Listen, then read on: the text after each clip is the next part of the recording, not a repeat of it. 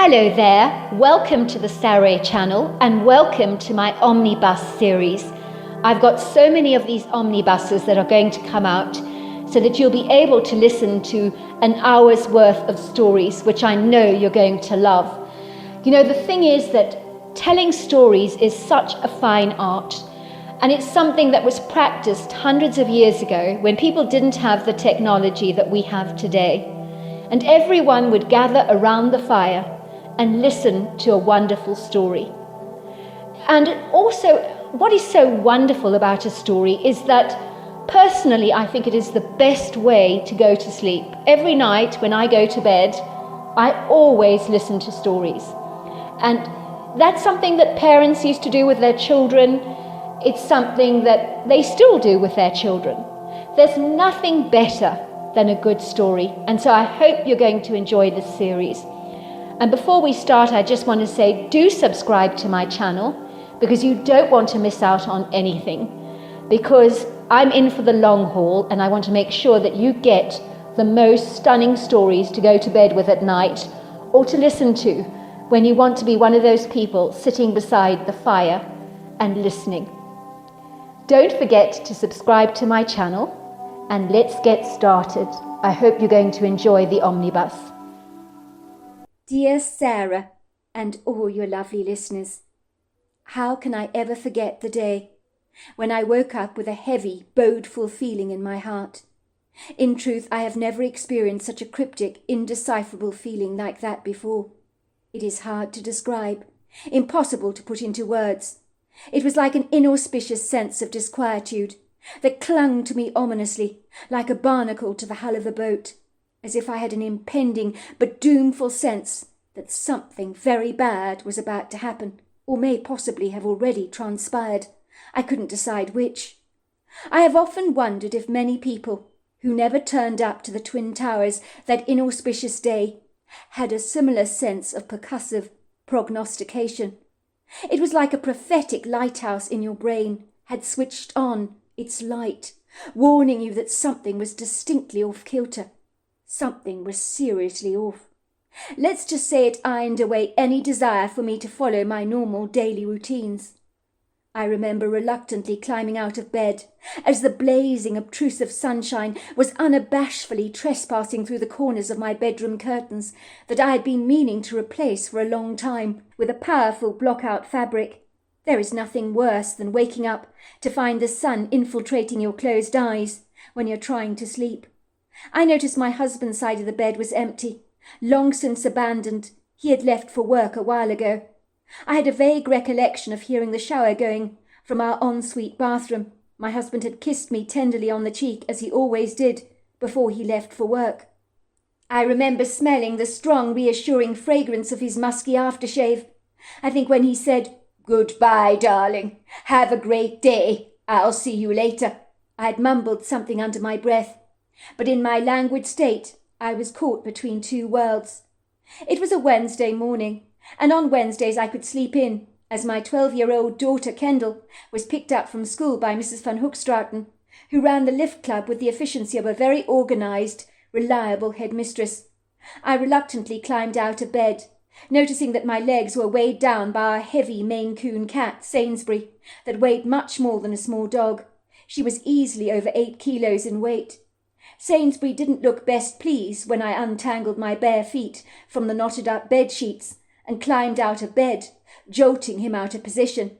He let out a disapproving yowl and continued to lackadaisically stretch out his long paws, close his eyes, and drift off dozily to La-La Land. I knew he would lie there all day, which was the quintessential excuse not to make my queen-size bed, as disturbing Sainsbury would be unthinkable.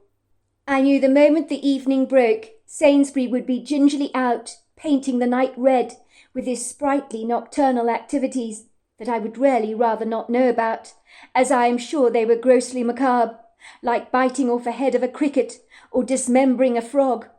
On many occasions he returned home with small rodents that he left for me at the foot of my bed as gifts, which would make me scream in horrified disgust when I accidentally picked up from the floor what I thought was a rolled-up sock, only to find it was half a butchered rat, missing its tail. I glanced at the clock. It was already 10:30 in the morning. I was supposed to be meeting my friends at the club for tennis. You'd think that I'd rush to my closet, throw on my tennis clothes, and be out of the door faster than a jackrabbit. But I limped awkwardly towards my cupboard, like a one-legged man, staring vacantly at my tennis clothes, with the enthusiasm an orca might have when facing a sea cucumber, if that ever happens. I stood there gormlessly, not budging an inch, like someone who quite literally had lost all sense of my bearings, as if I was disorientated and confused at the chaotic sense of foreboding that hung over my mind, like a tight, suffocating choker chain of pearls around a lady's neck. What the hell was wrong with me? Why did I feel so wretchedly uneasy? I could taste a bitter, repugnant, bile-like flavour coming from the back of my throat, and I felt governed by a sluggish, lethargic lack of eagerness to get my day started, which was most uncharacteristic for me. The house seemed so unnaturally quiet that morning. I pulled back the curtains in my bedroom rather soberly. They overlooked the street of our tree-lined, bustling neighbourhood, where we lived in Bella Vista in Philadelphia. Bella Vista is well known for its Italian open market on 9th Street, and foodies congregate to our neighbourhood with an eager enthusiasm, as there are fabulous bakeries, grocery stores and restaurants on offer, boasting Asian, Mexican and Italian food. And there are also stunning coffee shops and parks in the area. I noticed the street was rather quiet, except for a young woman who was walking her small Yorkie down the pavement. I reached for my cell phone and sent a text to my friends. "Sorry, I can't make tennis this morning. Something's come up." It was true in a way, as what had come up was an incongruous feeling that kept abruptly disturbing my sense of peace. I couldn't shake it off like a tick on a shaggy dog's coat. I realized I was rather hungry. Some fresh air and exercise was well in order. Maybe my heavy sense of trepidation would leave me after indulging my stomach with something a lot more substantial than just a mere beverage. I decided to amble down the street to my favourite coffee bar. Hopefully the caffeine would iron away the foggy fuzz that blistered my mind. I managed to put on a pair of ugly sweats and a loose baggy t-shirt. It was a beautiful sunny morning in early spring, with the sycamore trees blowing gently in a cool breeze, caressing my skin with their fresh nudges. The crowns of green leaves looked glorious on this morning, while their white sculptural boughs were easy on the eyes. I failed to appreciate, of course, the vibrant scenery, and the window boxes of people's houses ablaze with hanging red geraniums. The cafe was buzzing with spirited people as usual, all eager to grab a coffee, so I stood patiently in line, waiting until I received mine. I chose an ice blonde Café Americana, along with a date and walnut muffin. I went to sit in a very private corner of the coffee shop, away from the glare of the spotlight, so I could bask in my lugubrious melancholia that had accompanied me all the way to the coffee shop like an unwelcome friend. "Do you mind if I join you?" said a young woman, pulling out a chair and sitting down opposite me. "If you don't mind my saying, you look like you could do with a friend. I noticed you entering the coffee shop with a deflated, hangdog expression on your face. Tell me to mind my own business, but you know what they say, a problem shared is a problem halved. I'm a great listener, so I'm told, although my husband would probably disagree. He tirelessly complains that I talk far too much. My name is Judy, by the way, and you are?" "I'm Carly," I said. The young woman was so warm and friendly, so I guess I just opened up to her. She was quite bohemian, wearing a pretty retro dress and some combat boots, so that her masculine boots made her pretty dress all the more feminine. She was wearing a velvety headband on her long dark hair. She was significantly younger than I was, easily in her 20s, while I was in my late 40s, but the age gap was no hindrance to either of us, as I think we instantly warmed to each other. It's ironic, when a stranger may cross your path, that you may never ever see again, but they leave behind an indelible impression. That was what this stranger was like for me. "I can't believe that I look so obviously down," I told her. "I don't really know what the matter is with me," I confided. "I've experienced a heavy sense of foreboding all morning that I just can't shake off, try as I might," I said, sipping my Café Americana slowly, allowing the ice drink to soothe my hot frustration. "Something has just been niggling me, like an itch on your body you just can't locate, that you desperately need to scratch, if you know what I'm talking about." Well, I think that's your gut instinct telling you something is wrong, said Julie nonchalantly. Do you know that's your body preparing you for bad news? It happened to me before, she said, taking a casual sip of her own drink. She almost looked apologetic when my face registered alarm at her comments. Oh, forgive me. I didn't mean to scare you like this, because what you're feeling is not necessarily a bad thing. I don't know how to put it, actually, but it's like an inward compass that you have. I remember when my dad was diagnosed with prostate cancer a while back. I had this ominous feeling about him that I couldn't shake off. I begged him to go and get a checkup at the doctor. I had a sense something was very wrong with him. Luckily, my father listened to me.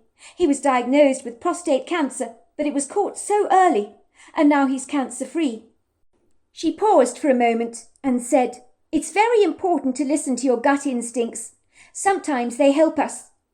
Well, I said, I have no idea what mine are telling me. It's like a heavy cloud hanging over me. At least with you, you knew your sense of foreboding was connected to your father. But mine is a profound sense that something is intrinsically wrong, but it would certainly help a whole lot if I actually knew what it was. It's a mystery that is simply killing me right now. At that precise moment, I nearly jumped out of my skin. When my cell phone disturbed the silence with its loud ringtone, I glanced at the caller ID. It was my daughter's cell phone. Kendall never phoned me at this time of the morning. My heckles began to rise. Was my daughter in trouble? Is everything all right? Asked Judy. You've gone as white as a sheet. Hadn't you better answer the call? It's my daughter, I told her, my heart pounding in my chest a dime to a dozen. I hope to God nothing's wrong with her. She never phones me at this time. I was unable to disguise the anguished tone of my voice. I hurriedly answered the call. Is everything all right, darling? I asked my daughter. Not really. I don't feel great, Mum. Mrs. Allister says you can pick me up to take me home. There you go, said Julie, smiling triumphantly. Your sense of perturbation was about your daughter. You can relax now. I'm sure she's going to be all right. You're so sweet, Judy. It was really good to meet you, I said, rushing past her, giving her a pat on her back, and running as fast as I could out of the coffee shop, onto the street, to get home as fast as I could, so that I could finally get into my car and quickly drive to my daughter's school. In a strange way, I felt relief wash over me when I collected my daughter from school.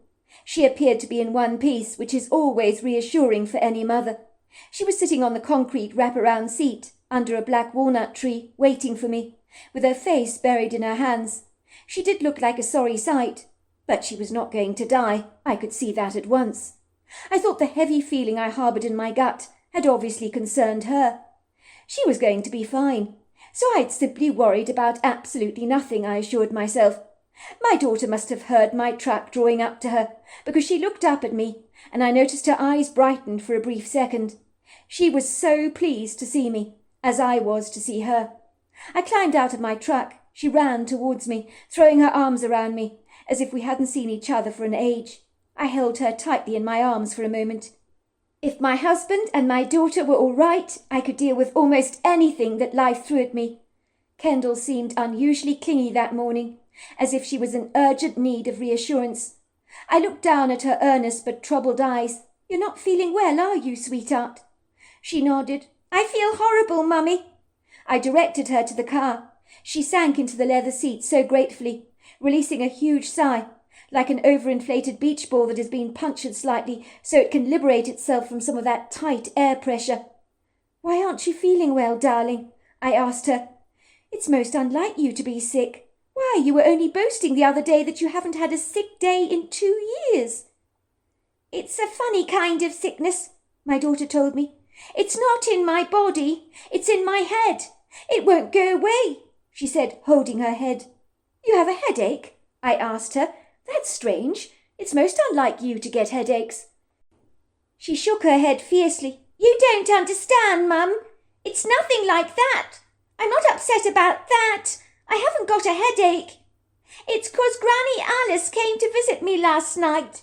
She told me she loved me and she was going away and was coming to say goodbye. She said I must be good. It just made me upset, that's all. I don't want Granny Alice to go away. When I was at school, it was all I could think about. Why Alice have to go away, Mummy?" I looked at my daughter, nonplussed. "But Granny Alice is fine. She's not going anywhere," I said, trembling for a moment, trying to smile reassuringly at my daughter. But my lips were defeated, so a smile failed to form on my face. I gripped the steering wheel so tightly that the whites of my knuckles glared through my skin obtrusively. My car wobbled precariously, moving over the white line onto the other part of the road. Suffice to say, a rude driver next to me slammed down his horn angrily. He drove past me with a face like a thundercloud. He waved his finger at me and shouted out of the window, "Watch where you're going, lady! Keep to your bloody lane, will you? You were about to drive me off the road there." "I'm sorry," I said under my breath. Of course he never heard me. I straightened my trajectory on the road, my face growing as white as a lily at my daughter's words. "Kendall, you're scaring me. What do you mean?" I asked her. "What do you mean Granny Alice visited you last night? You're not making any sense to me at all. What the hell are you talking about?" I said, not realizing how snappish I was sounding. I knew my brusque tone of voice had hurt my daughter. "I told you," said Kendall, her eyes filling with tears. "Granny Alice was standing at the end of my bed last night. I told you that. I wondered why she was in my bedroom, what she was doing there. She said she'd come to say goodbye. She was going away and that I must be good. That's all." "Oh, my God," I said, pulling to the side of the road to park my car. "Oh, my God. Oh, I feel as if my heart is beating way too fast."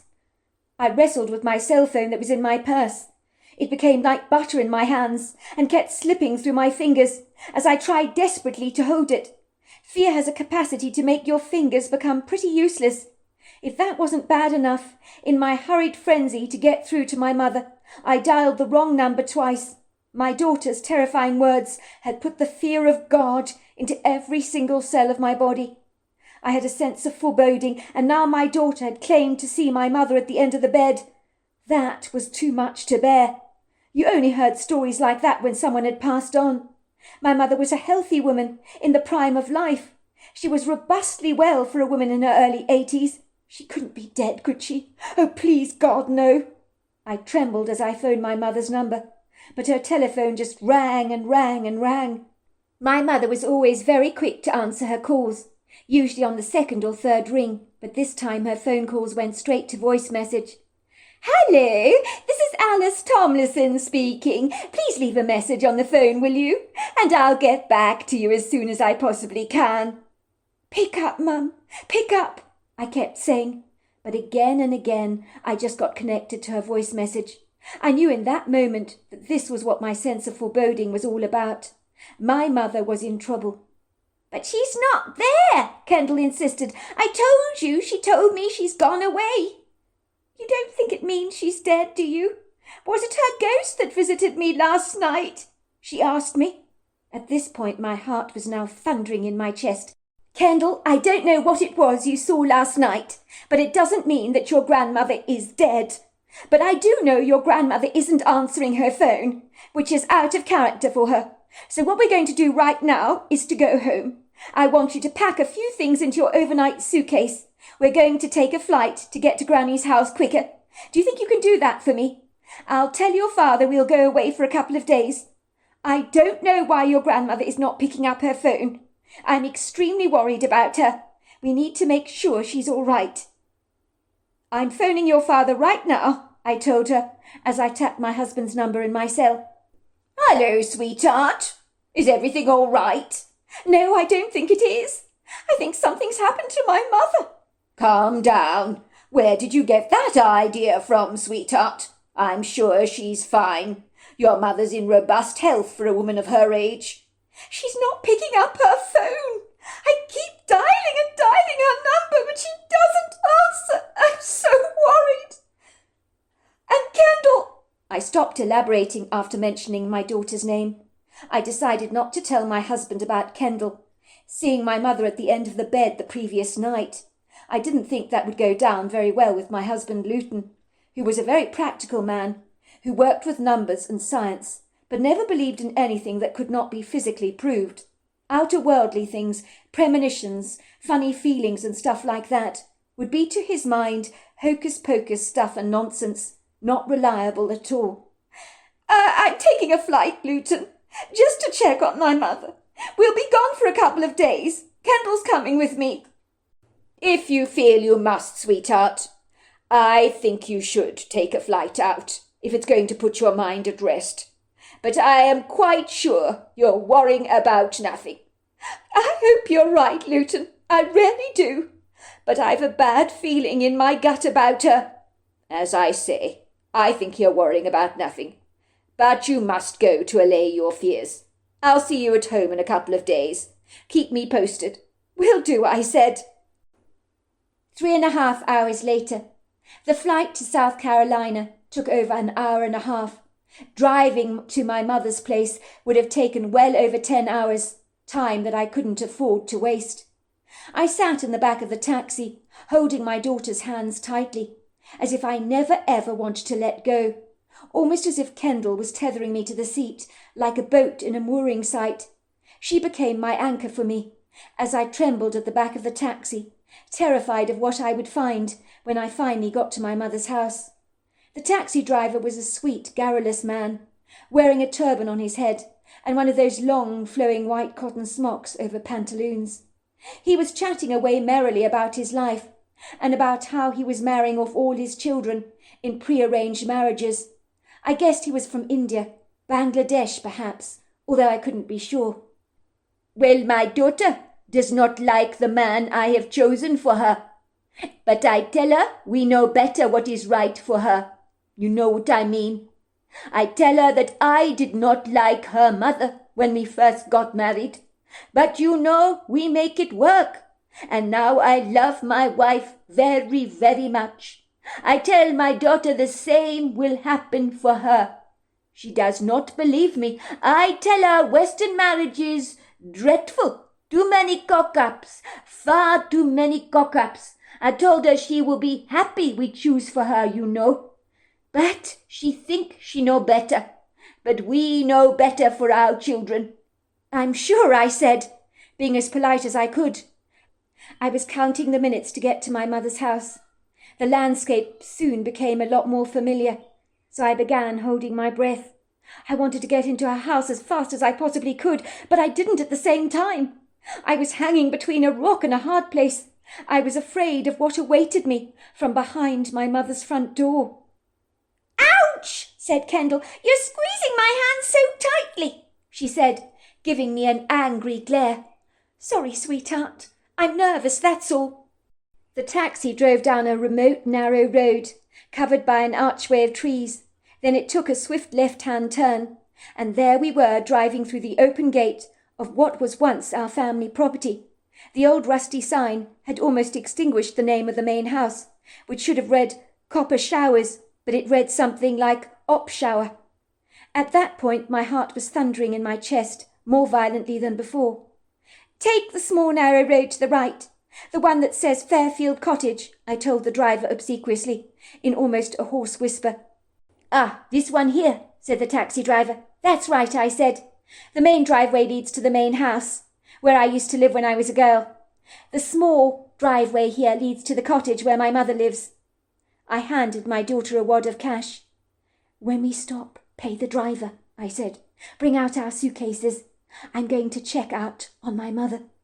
The taxi driver parked his car outside the white cottage, which looked so pretty and picturesque under the afternoon sun, facing a beguiling meadow, and hugged on the rear side by the lofty, distinguished-looking trees of a wood-grove that stretched back for many miles. The little meadow was full of alpine flowers, and my mother's free-range chickens were trotting across the grass, pecking the ground for worms. My mother loved her hens, and had names for each and every one of them. She also had a black cat with white paws that she called Socks. I hasten to say her cat was such an incredible nightly predator, bringing my mother nightly surprises as gifts all the time. That cat made my Maine Coon Sainsbury look like an amateur hunter by contrast. When I'd been a girl, we'd lived up at the main house, much further up the driveway. But when me and my brother Angus left home, and after my dad died, my mother sold up the main house and the accompanying sizable land, and moved to the cottage which she agreed to hand over to the residents once she died. It seemed like a great arrangement for all concerned, as my mother was very close to the Barker family, who owned the main property. "Thank you very much," I said to the taxi driver. "My daughter will pay you now." I hurriedly ran towards the cottage. I noticed my mother's Mazda was parked in the carport. There was nothing sinister about the cottage that suggested that anything untoward had happened. But that's exactly what houses are like, aren't they? They're benign, benevolent, don't necessarily betray the horrors that might lie within their midst. I was terrified of what I would ultimately find in the house once I opened the front door. And I did, with the spare key my mother had given me. And the coppery taste of blood hung strongly in the air. And that was when I unequivocally knew that my mother was dead. I called out my mother's name, while my heart just literally walloped in my chest. My airways became so tight, I felt as if I could barely breathe. When I ambled down the passageway, I briefly glanced through the open double doors of the living room. My mother was lying on the ground in a pool of her own blood, and next to her head lay a smashed vase, and a plethora of dead flowers were lying scattered around her, along with the angry, jagged glass shards from the vase. The round table in the living room had been very elegantly laid for tea, with a teapot now cold. There were 3 cups and saucers that contained half-drunk tea. There was a sugar bowl, a small jug of now sour milk, and 3 plates containing cake, lemon meringue pie, and cookies. The lemon meringue pie was just covered with ants. There was a jug of her homemade lemonade on the table, and 3 tumblers. I realized to my horror that someone had clearly enjoyed tea with my mother. Could this person have actually killed her? And if so, why? In my opinion, it did not look like the person had intended to kill her, or why would they have used a vase to hit her on the head with? Would they not have arrived with a weapon, if her death had been intentional? I just dropped to the floor like a floppy rag doll, and burst into tears. "What's happened?" said Kendall, entering the house, her face growing pale, as she saw her grandmother lying there on the ground, motionless. "Don't touch her, sweetheart. This is now a crime scene. I'm sorry, Kendall. Your grandmother, she's dead. She's dead. I can't believe it. She's dead." "But why would anyone hurt Granny Alice? I don't understand." "Good question. I have absolutely no idea, darling. No idea at all. But I will tell you something. Whoever did this is a monster. And I will kill them myself when I find out who did this. Granny Alice was the kindest woman I ever knew. She was my mother, and I loved her, and now she's gone." Before I even contemplated calling the police, I called Philip Barker first. He lived up at the main house. I wanted to tell him the dreadful news, to see if he could make any sense of this insanely senseless tragedy. He was a nice man, who was incredibly fond of my mother. On hearing what had happened, he quickly drove to Alice's cottage as fast as he could, jumping out of his truck. His face was as white as a sheet. He was well built, relatively stocky, a man in his early 40s who worked from home, but had a large stable block of horses and grew many organic vegetables on his property. It was clear he'd been working in the field today, as his trousers were tucked in his boots, and he was wearing a rolled-up plaid shirt. His skin looked quite bronzed, as if he'd acquired a tan from working out of doors, which I thought rather suited him. "I'm so sorry, Carly," he said, throwing his arms around me and giving me a warm bear hug, and then my daughter at the same time. "I have no understanding what has happened here," he said, his eyes scanning my mother's body, with a very bemused look on his face. "I don't know what to say, Carly," he said, shaking his head. "This is completely senseless. Alice is an old woman, for God's sake, but someone whacked her over the head with a vase. If it's any consolation, Carly, not that there is anyone here, I doubt she suffered anything. I imagine she died at once." "Who would do this to my mother?" I asked him, with a desperate pleading look in my eyes. "It has to be someone who knows her," he said. "Someone who she invited into her cottage willingly. There are no signs of a break-in anywhere. Furthermore, a table appears to be set for tea." I suspect the police will be looking for DNA evidence when we call them, so don't you touch a thing. But before they get here, I want to make sense of all of this, figure out who could have done this to Alice. Whoever did this knows this cottage and must know her. I'm certain of it. I don't know if the person intended to kill her.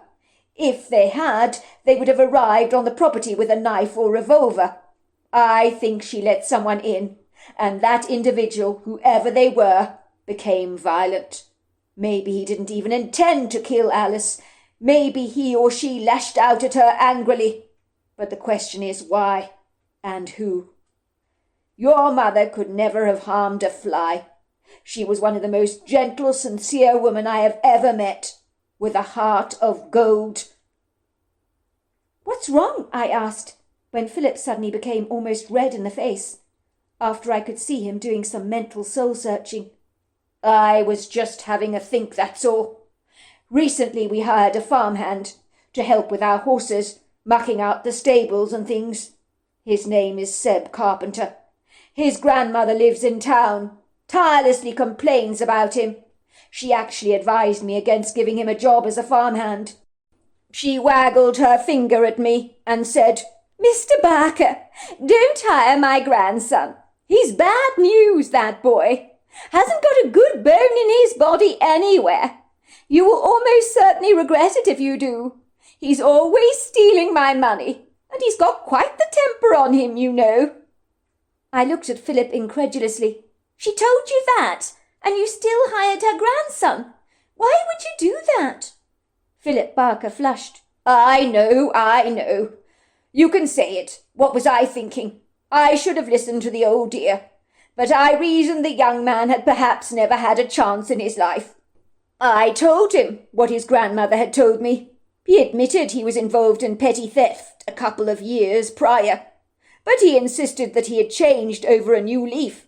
He claimed it was now all behind him. He said he had smoked pot, taken recreational drugs, but that was now all in the past.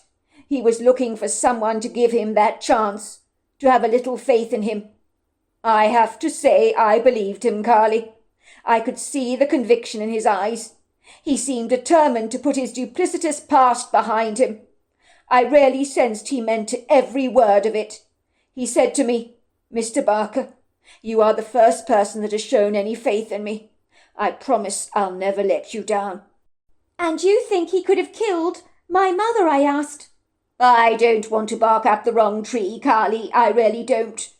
But we did have a great deal of fortuitous challenges, I have to say, when Seb Carpenter started working for us. According to my farmhand Eddie, I was informed that Seb had a bad attitude. Personally, I never found that myself. I thought he was rather upbeat. One day I heard a commotion going on in the stable block. The two farmhands were literally wrestling each other. And I have to say, Seb was pinning down Eddie. I told them to stop this outrageous behaviour at once, or they would both lose their jobs forthwith. I was to find out later that Seb had stolen one of our saddles, according to our farmhand Eddie. He informed me of that when I discovered it was missing. I also was to discover that various other things that I was looking for had suddenly gone walkabout. So I told Seb in no uncertain terms to leave and to never ever come back. Needless to say, he protested his innocence, but I believe Seb was responsible for those thefts. It would seem his attempts to change over a new leaf had gone awry, which is a desperate pity. He's in a relationship with the pastor's daughter, you know, so I really thought she would be a positive influence on Seb. But it seems my impressions are wrong. The pastor thinks Seb is a reformed character. I'm not so sure. I think we see what we want to see, when it suits us. But what has Seb Carpenter got to do with Alice, my mother? Why would he want to hurt her? Does he even know her at all? Seb approached your grandmother, claiming he'd like to do some casual work, so that he could make some money. He told your mother he wanted to buy an engagement ring for the pastor's daughter, Jeanie. He told her that Jeanie had changed his life, knocked the bad boy right out of him. Your mother, well, you know what she was like. Ever optimistic, the perennial romantic, you could say. Well, your mother really did love Seb. She had a soft spot for the young fellow. Wouldn't hear a bad word said against him. But she was upset when he wanted to be paid in advance for a job he hadn't done yet. He told her he couldn't tell her why he needed the money. Your grandmother said to me, I love Seb with all my heart. I really do. But I'm sorry. I can't pay him unless he's done the work. She told me that Seb had been very upset, but he understood. But who knows what was going on in his head at the time? Maybe he was very aggrieved. Things got out of control, perhaps. I'm only speculating, of course. I could be entirely wrong. I mean, what do I really know? Oh dear, he doesn't sound good, does he? You think he could have done something to Grandma Alice over money, or because she simply refused to pay him in advance for a job he hadn't done? That's ludicrous, is it not? Look, said Mr. Barker, shaking his head. I rue the day I hired Seb, that farmhand, I'm afraid. He was trouble. A dysfunctional youth, you could say, with a plethora of problems behind him. Even my wife didn't like him particularly. She said there was something uncouth and calculating about Seb. If she was here now, she would tell you unequivocally he had done it. Well, she doesn't trust him an inch. But I think my wife has always been influenced by the narrative going around. If she's heard on the grapevine, for example, that someone can't be trusted, she'll believe it fiercely, with no opinion of her own, I have to say. She thinks I'm too complacent and carefree, but she doesn't understand that I do believe people can change, and I really thought that Seb had been, well, able to change. But maybe my instincts are not as sharp as I thought they once were. I can see, of course, that I'm not going to live this down. When I tell my wife what has happened, she'll be saying, I told you so. I told you he couldn't be trusted. I bet you he murdered Alice. But my mother must have known that you had dismissed Seb, surely. So why would she let him into her cottage after knowing that Seb was involved in theft on your farm? Your mother did not believe for a moment that Seb stole my saddle, or any of the other stuff that went missing from my farmhouse. She told me as much. She continued to employ Seb for jobs around her cottage. I know he was doing odd jobs for her, yard work and stuff like that. She gave me quite the mouthful for sacking Seb, I have to say. She wasn't best pleased with me.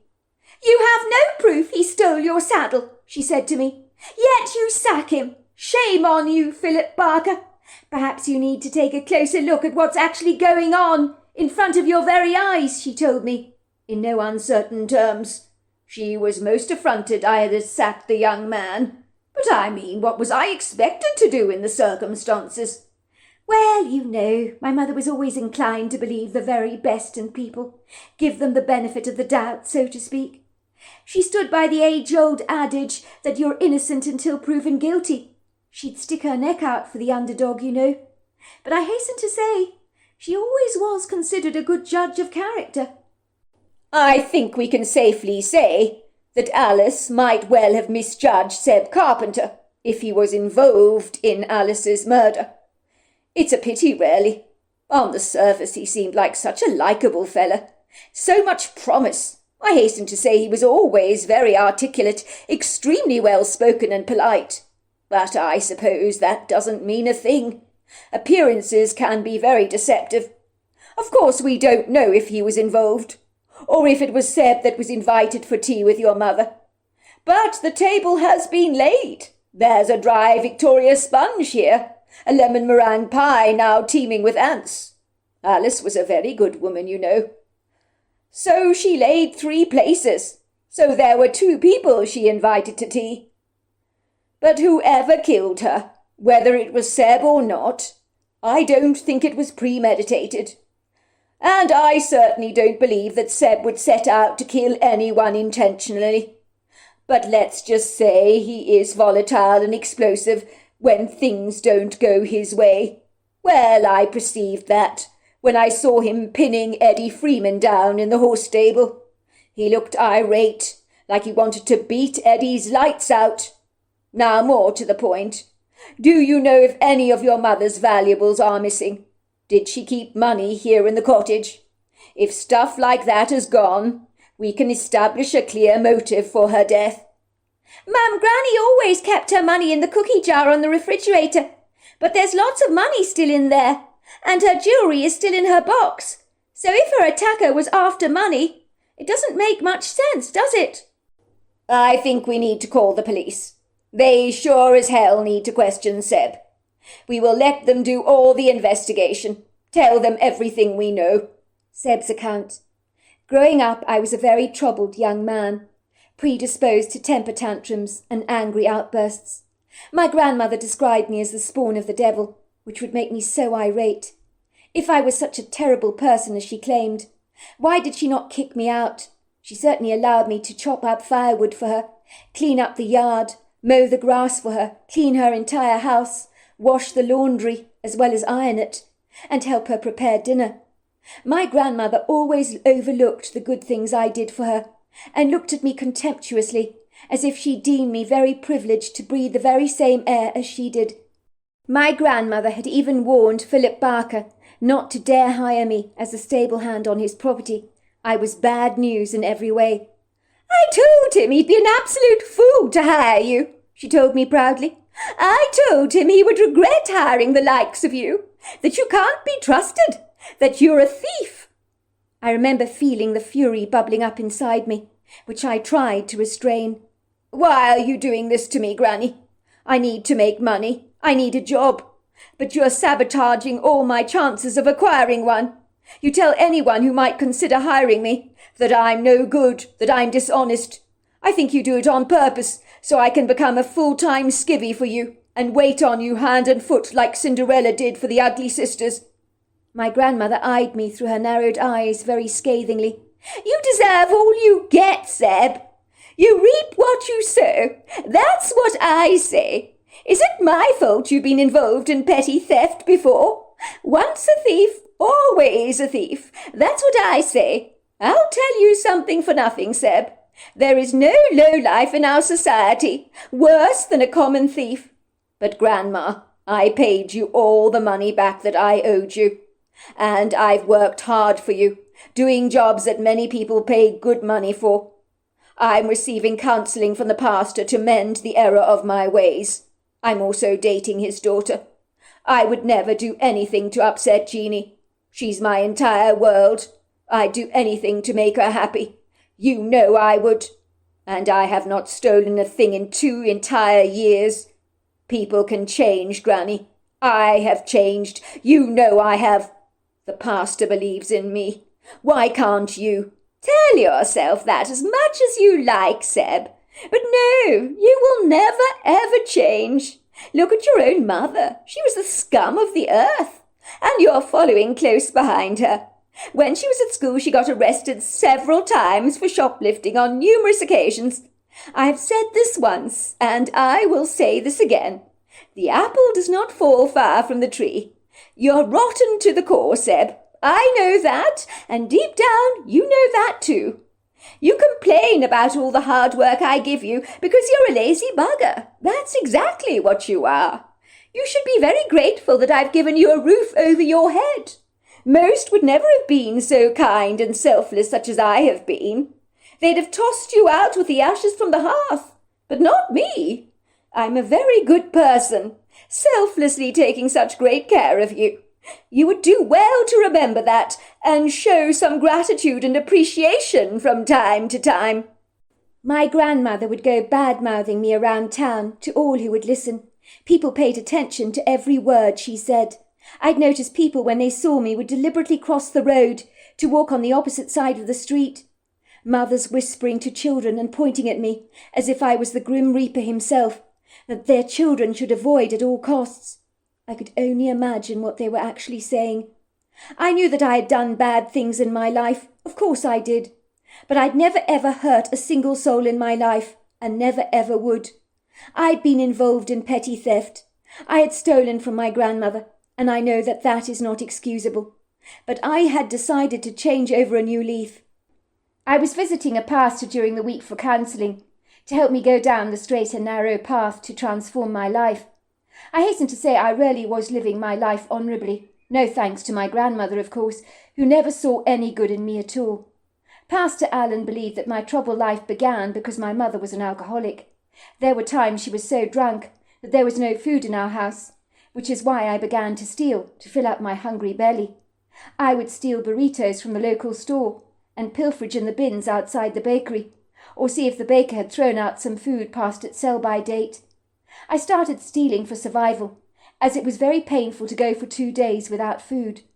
My pinching began with small things at first, and then I realized I could steal a radio and sell it for a substantial amount of money. So my stealing escalated. It meant I didn't have to rely on my mother anymore to buy me clothes or food, and so I provided independently for myself.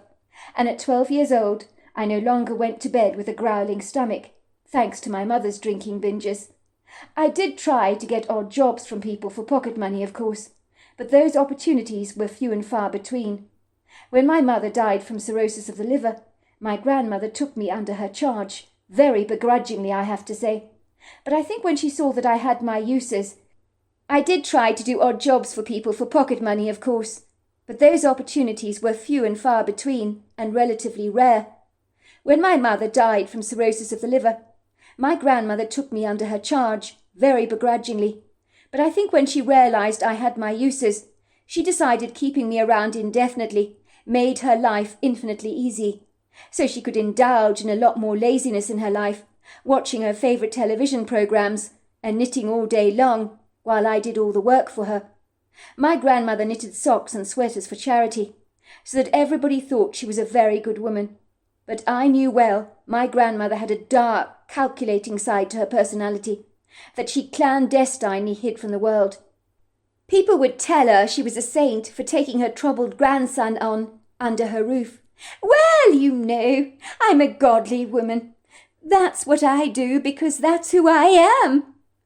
It was after one day, when I had a long, hard look at myself in the mirror, I realized I was responsible for my life, and if I continued down this downward spiral, I would ultimately end up in prison.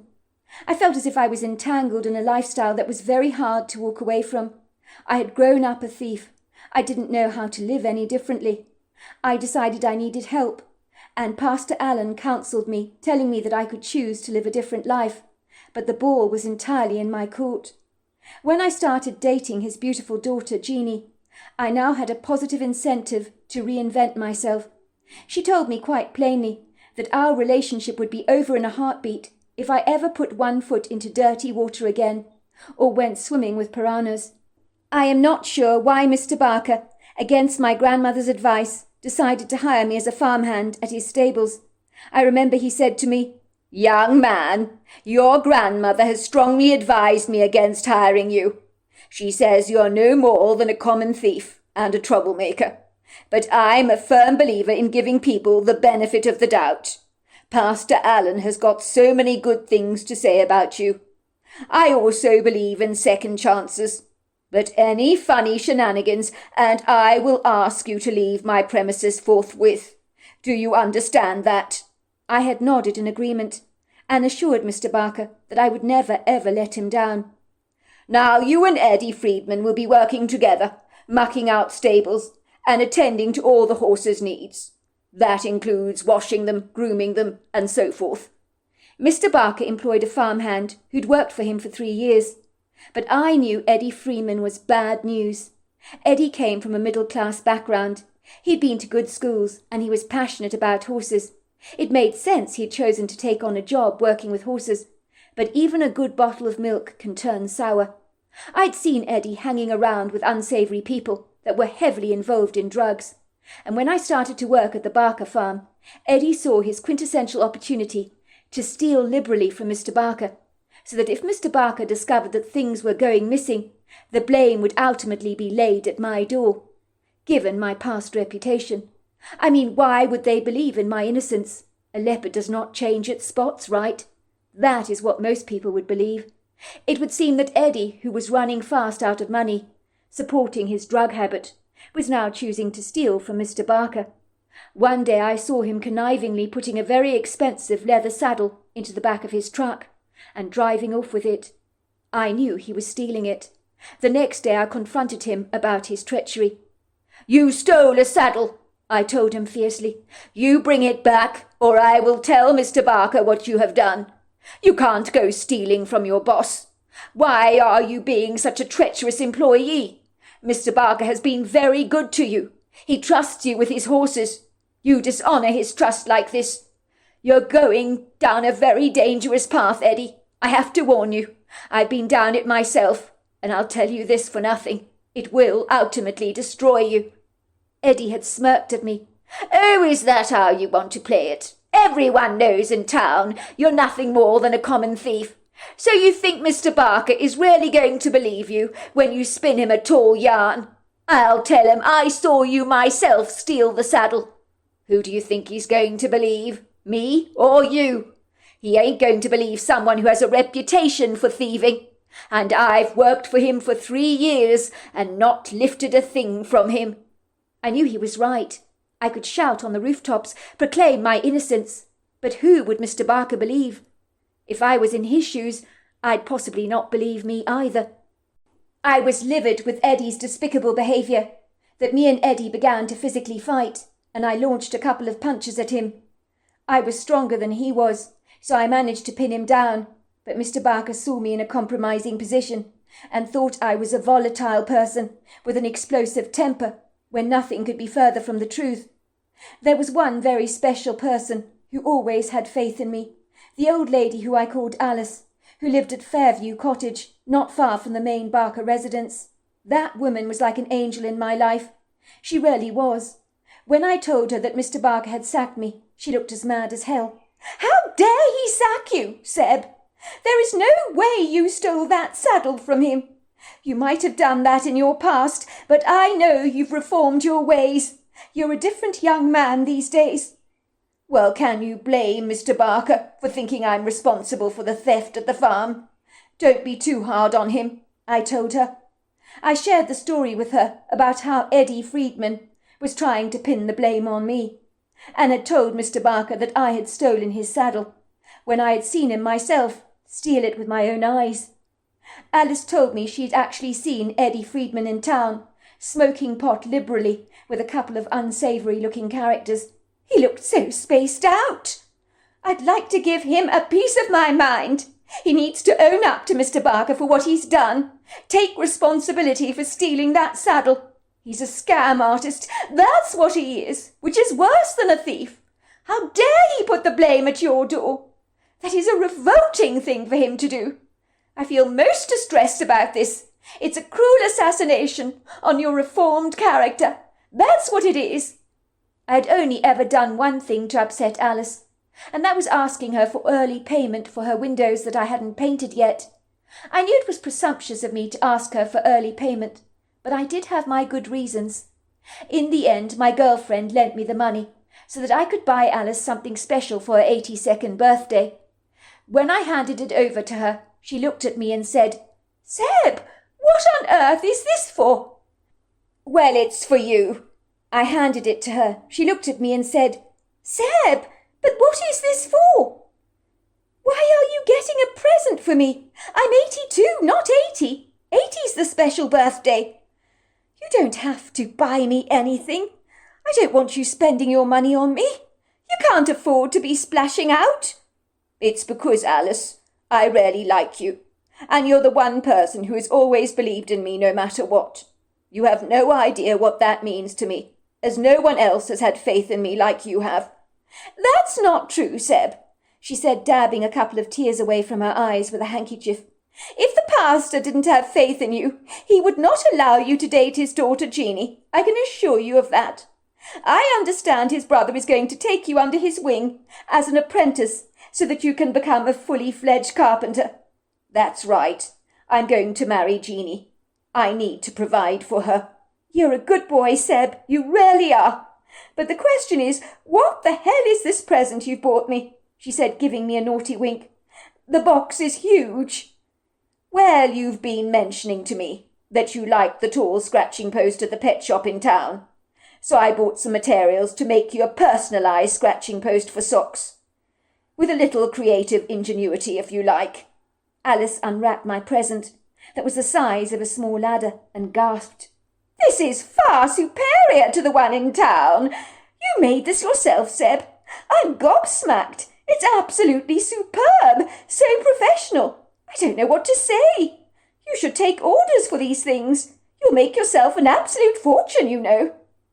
"Well, I just hope Socks likes it," I laughed. "You're going to be a fine carpenter," said Alice approvingly. "You're already rather fantastic, so I don't know if you can improve on perfection. Now I want you to come to tea on Tuesday afternoon at about 4:30. It's very important to me. I'm going to make my homemade lemonade, a Victoria sponge with cream, and, of course, my legendary lemon meringue pie. So I hope you're going to be coming, Seb." "I wouldn't miss it for the world, Alice," I said, smiling at her warmly. I was very partial to her lemon meringue pie, but then again, who wasn't? I was very happy on Tuesday morning, as I had been blessed with excellent news. Alice had been to the pet shop in town on Monday morning to show off the cat scratching post I had made for her cat Socks. They were so incredibly impressed by the quality of my work that they asked me to make over a dozen more scratching posts for them, and had assured me they would be purchasing still more, based on customer demand, of course. Alice had been so kind to do that, and now I had the opportunity for creating a little business sideline for myself. In my gratitude, I bought her a large bouquet of flowers as my way of saying thank you. When I arrived at Alice's cottage, she had dressed up very nicely for tea, in a pretty flowery dress, and was wearing her string of pearls like she always did. "Oh, come in, Seth. It's so good to see you. Are those flowers for me?" she asked, looking at the large bouquet of colourful flowers I presented her with. "How many more presents are you going to give me, Seth? I'll start to be believing every single day of my life is a birthday." "They are indeed for you, Alice. Well, you went to the pet shop, didn't you, to show them the cat scratching post I made for you? Thanks to you, they've ordered a dozen more from me. Business is looking very promising." "Oh, Seb, that's such wonderful news," said Alice. "I'm so pleased for you." She beckoned me into the cottage and busied herself arranging the flowers I had brought her in a large crystal vase, which she placed on the table. "I have to say they were very impressed with your cat scratching post, Seb, you made for Socks, who incidentally, I have to tell you, loves the thing. Last night he wouldn't stop scratching at it. Mr. Bozeman told me that your scratching post is far superior to anything else he's ever sold in his business. So you should be very proud of yourself, Seb." I glanced briefly at the table and pointed out to Alice that she'd laid 3 places for tea, not 2. "Is someone else coming to tea?" I asked her, but before she could answer me, there was a loud rapping sound at the front door. Alice trotted over to the door, and who should be standing there in the entrance but my enemy, Eddie Freeman. Why on earth had Alice invited around the young man who had deliberately got me fired? I hardly had anything nice to say to someone who had thrown me under the bus and had wilfully lied about me to the boss to cover up their own duplicity. I think Eddie was as bewildered to see me as I was to see him.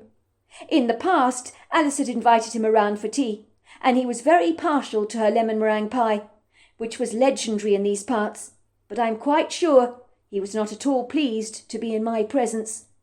Alice beckoned for us to both sit down at the table. She brought out a large pot of tea. Her hands were shaking precariously, as she had quite arthritic fingers. She put the pot down very carefully on the table, then lifted it up slowly in her wobbling hands, and began to pour the piping hot tea into fragile bone china teacups. She then began to pile our plates with lemon meringue pie and Victoria sponge cake, seeping with jam and cream. I had been looking forward to the lemon meringue pie all day, but being in Eddie's presence meant that Alice's pie lost its appeal. How I wished she hadn't invited around this cockroach. Now you're probably wondering why I invited the both of you to tea. I invited you to be together because I don't like disputes of any kind. In fact, I loathe them. I was hoping the 2 of you could make up. But first things first. I think that, Eddie, you owe Seb a very big apology for what you did. I also believe you need to go and visit Mr. Barker and tell him the truth.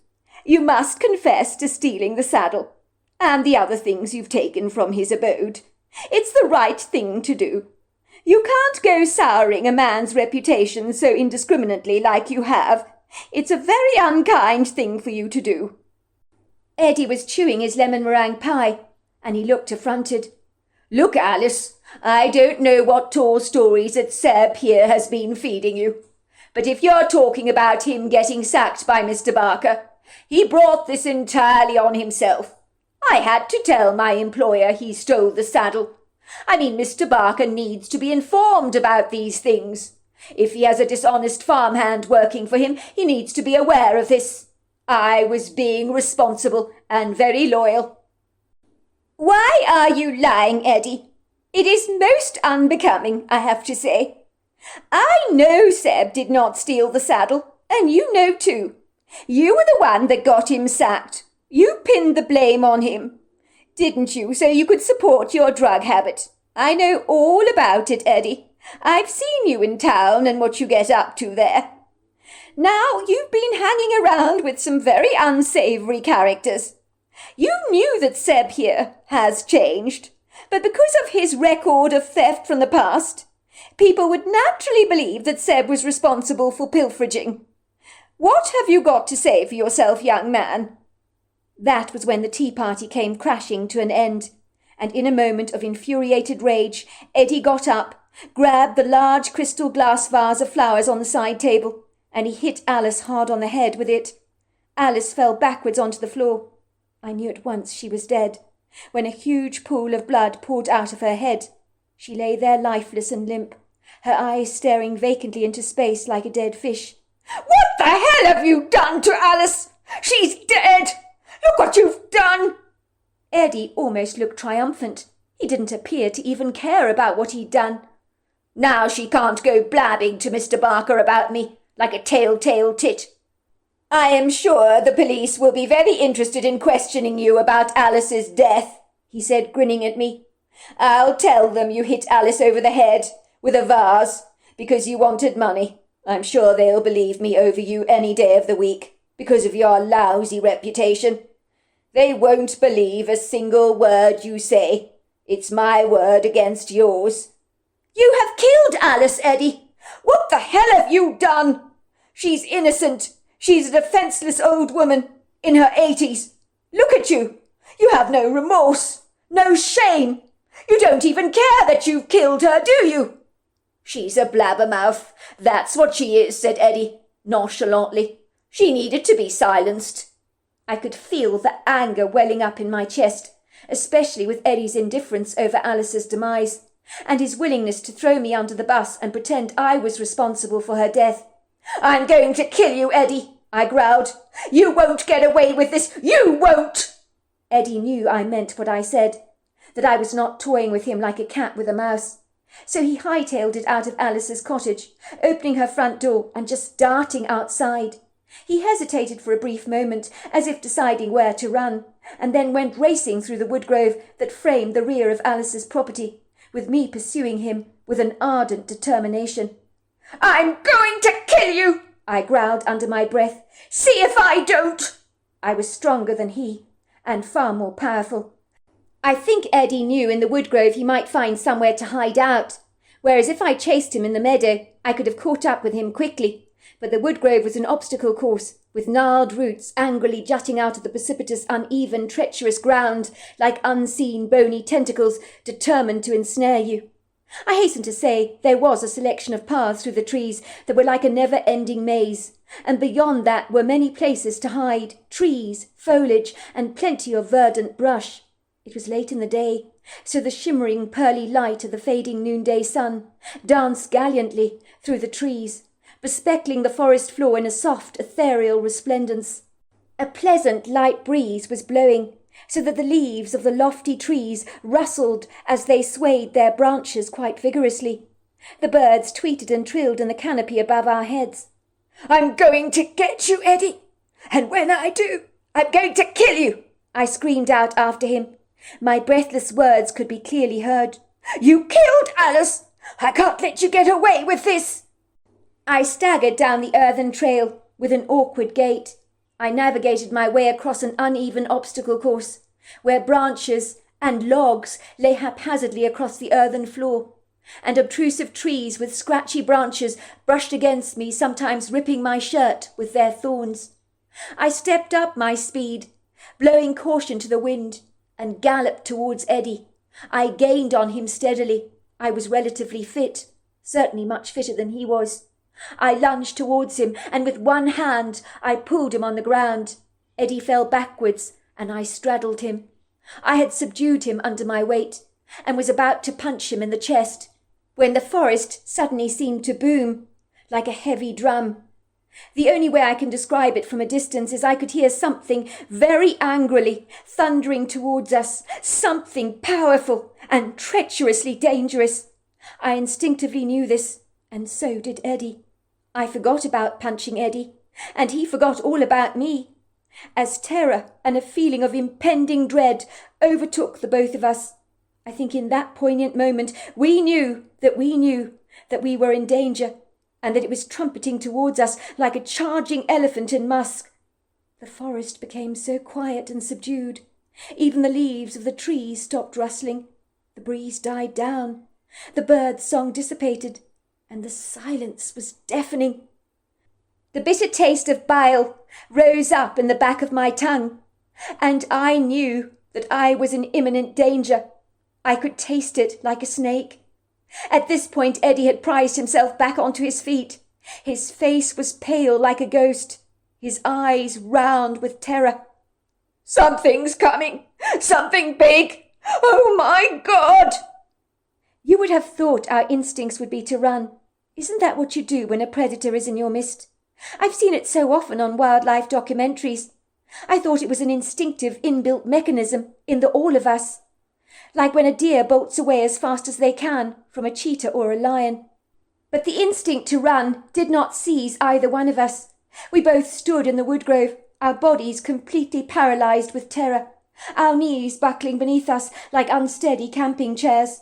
I hasten to say, in that moment my bladder burst open, and I wet myself. In the next second the booming sound got closer and closer and closer. The ground heaved, vibrated, moaned. Branches broke and snapped. Heavy feet pounded the ground. At first I saw a dark silhouette, an obscure, tenebrific, ambiguous shape. And then the black blur bolted towards us, standing only 4 feet away from us, his body shaking with furious indignation.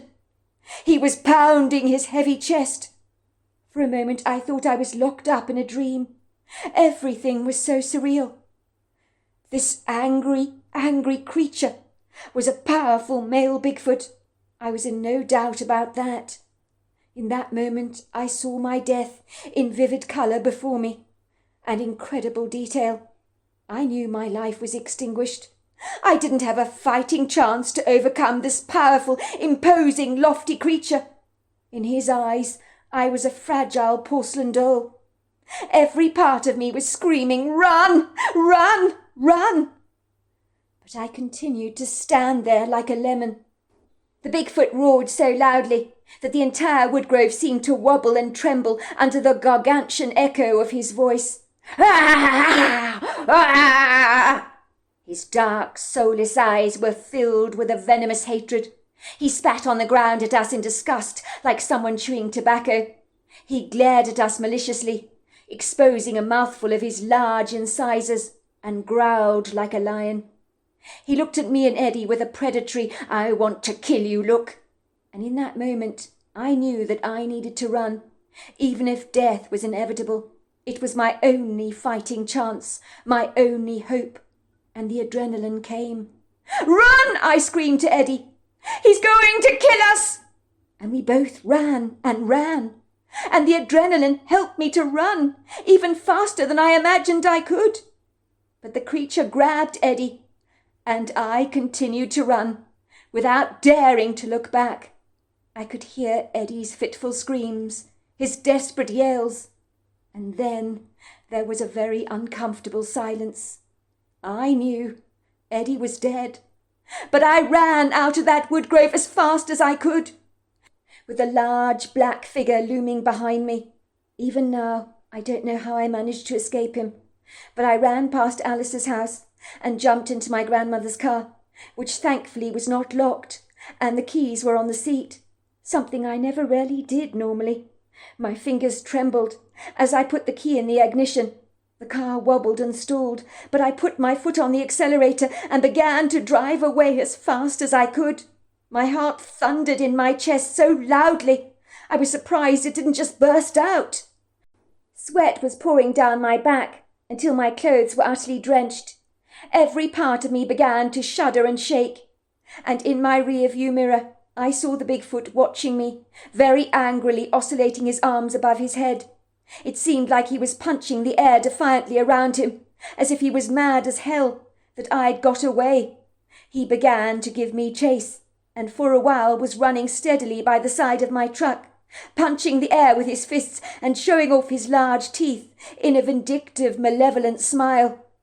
His deep, evil eyes bored into mine like a jackhammer, which sent the fear of God into every single cell in my body. I do not mind admitting that tears spilled down my cheeks. I tasted their salt on my tongue. I hit my foot down on the gas so hard and zoomed past him. Needless to say, I'm glad I returned home in one piece, my energy completely drained, my soul defeated by a senseless hopelessness concerning the events of what I would always describe as the most horrifying day of my entire life. The hostile Bigfoot I'd encountered seemed like a crazy, idiosyncratic nightmare from which I would surely awaken. But this was no dream. Alice was dead. So was Eddie, the man who had killed her. I locked myself in my bedroom when I got home, something I've never done before. My grandmother pounded angrily at my door, bickering and complaining because I didn't respond to her. Instead, I slipped into a deep sleep, my body seeking recovery and regeneration from its horrific trauma. In the background, I could hear her spilling out her hatred towards me. But after that Bigfoot, she didn't intimidate me in the slightest, and I ignored her as I slept. "Seb! Open up, Seb! Open up at once! Open up! You've got chores to do! Why aren't you helping me with them?" I could hear her moaning and groaning, but in the shock of my fear, I said nothing, and finally she left me alone. I hasten to say the police only interviewed me after I had some trauma counselling. They knew Seb had been responsible for killing Alice, as his fingerprints were on the crystal vase, and they incriminated him. I told them my story.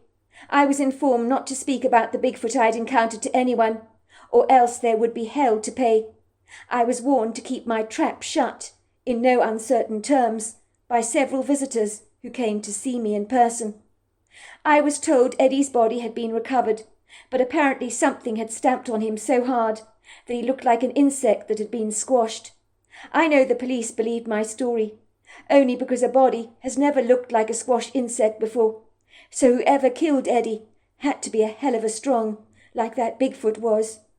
I do know the army was sent in to search for the Bigfoot, but I have no idea whether they were actually able to kill him or not. What I do know, however, was I was warned not to say a single thing, but I did share my part of the story with Carly and her daughter, as they were related to my good friend Alice, and I believed they deserved to know the story.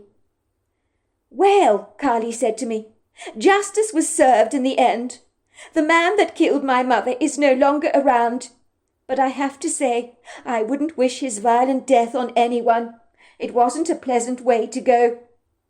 I know if the Bigfoot had not killed Eddie, I would probably have killed him myself, and I admitted as much to the police, but they weren't very bothered about that. They seemed to understand my anger. I hasten to say I've never seen a more dreadful creature in my entire life than the Bigfoot I encountered. I think, in truth, I'd rather encounter a lion in Africa, or a rhino, even a hippopotamus, than him any day of the week. I still believe it's a miracle I lived through that ordeal. You'll be glad to know I married Jeannie. I work as a carpenter, and I've never broken the law since. I hasten to say, rather like a reformed smoker that hates anyone who smokes, I loathe theft of any kind. So there you are. That's my story. Dear Sarah, and all your lovely listeners. I stared out the window of the kitchen of our red brick Georgian farmhouse that had been in my second husband's family line for many generations. I think I must have been drying some dishes at the time. I can't be sure. For a moment I stood very still, watching the rain pelting down. It was coming down in cats and dogs. It was late afternoon. The rain splattered against the window panes, and it brought me a wonderful sense of comfort. I was in my cosy kitchen, and the world outside my window was being soaked in April showers. The viridescent countryside twinkled brightly as it hungrily soaked up the rain, like a thirsty athlete who's been very dehydrated after a long, arduous run. We needed this rain desperately, and the natural world responded to it thankfully, as if all the shrubbery, the grass and trees were groaning with relief. I could feel that appreciation, as if it was tangible. I knew a lot more of this refreshing rain was to come, and that it would transform the countryside, so that the bleached grass, from an insufferable long, very dry winter we had experienced, with cruel cold days that had sometimes gone right through to the bone, would now be a thing of the past. The countryside, after the treacherous winter, looked a little worse for wear, like someone who's been living rough on the streets, needing to wipe away the grimy dirt from their faces, enjoying a good bath and a fresh change of clothes. Likewise, the countryside was dusty, parched, scorched, tired-looking, with plants that had struggled through the winter. But with this blissful rain, I knew in the morning I would see the landscape gratefully transformed, recovering with green blades of grass and perennial seedlings audaciously shooting their way through the earth, and some of the barren trees, whose boughs had been shamelessly naked for so long, would get a brand new change of clothes and regain their modesty again with a plethora of new leaves.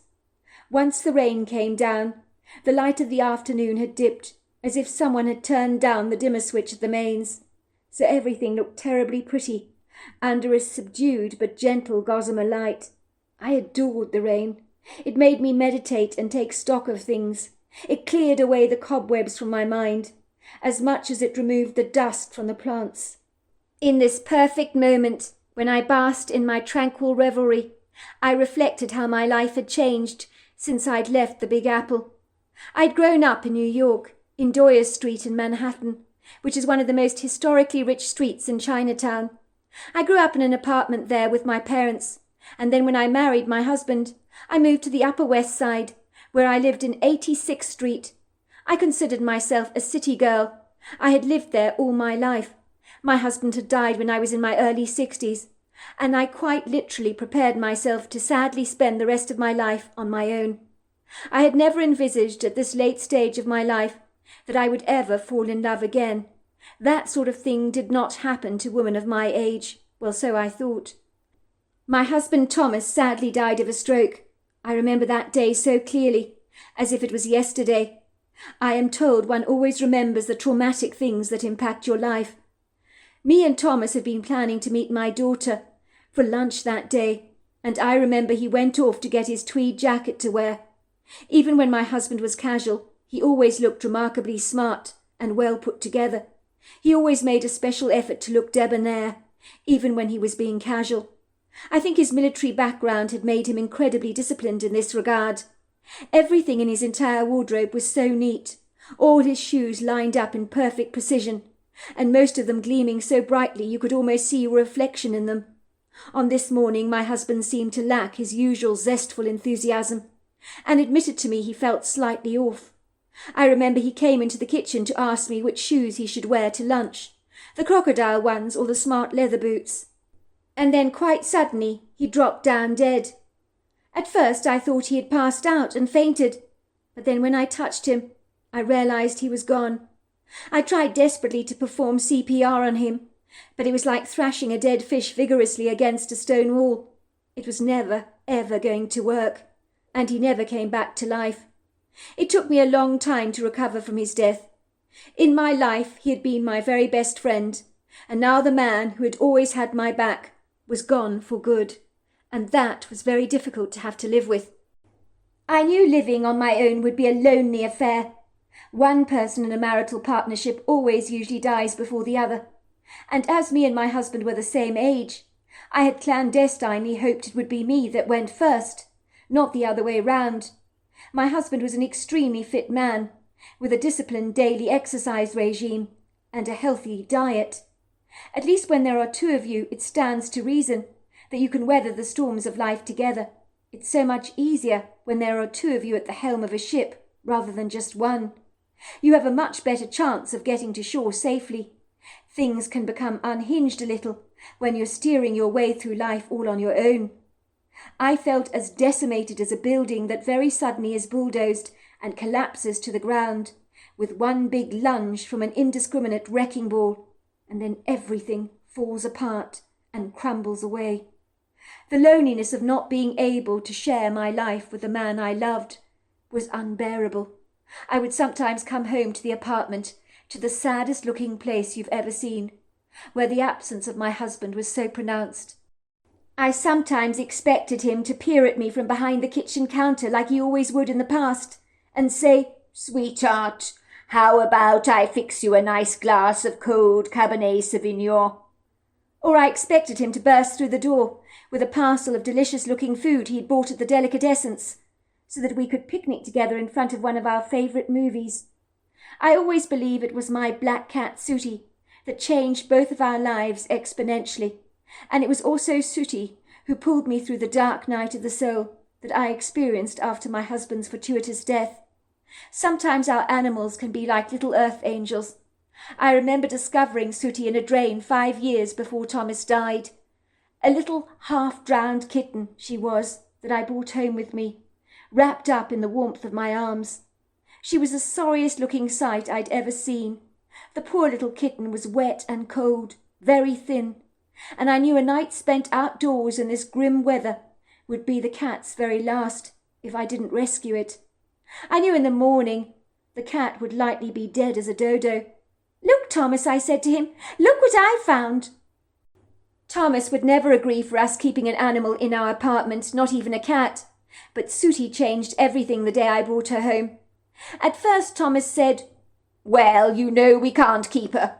We'll take her to the shelter in the morning." Then it was the next day and the next week that we would be taking her to the shelter. Of course, it never happened, as Sooty settled down happily in our apartment, as if she'd always belonged.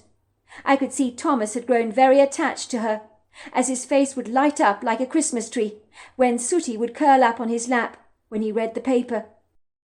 After Thomas tragically died, Sooty went on with life, with the resilience you always see in an animal. I knew she missed Thomas, but she lived in the moment, and at the same time, my sensitive, loyal companion could sense my grief, and in my lowest moments would come to my side to comfort me. She would sleep in my arms and brush against me lovingly, as if to say, "It's all going to be all right." If it wasn't for Sooty, I think I would have been tempted to swallow a whole bunch of pills. It takes courage and endurance, and a great deal of balls to move on with your life. Don't get me wrong, I had friends who cared a lot about me, a daughter and grandchildren, but at the end of the day they had their own lives to live, and I would never have imposed myself on any of them. One day I told myself that I would pretend to be happy. That would be a start. I would go through my day with a big smile, looking at everything positively, and soon my fake happiness really became real. I began to thoroughly enjoy life again. I soon realized that even though I was all on my own, I could find things to enjoy. So I got involved in art and cookery classes, where I made new friends. It never gets too late to improve on yourself, you know. I know people my age who have gone back to university to get a degree that they would probably never need in their life, but it made sense to always be growing. Even an old bush that's been around for centuries constantly produces new shoots and leaves. If it didn't, it wouldn't serve any meaningful purpose.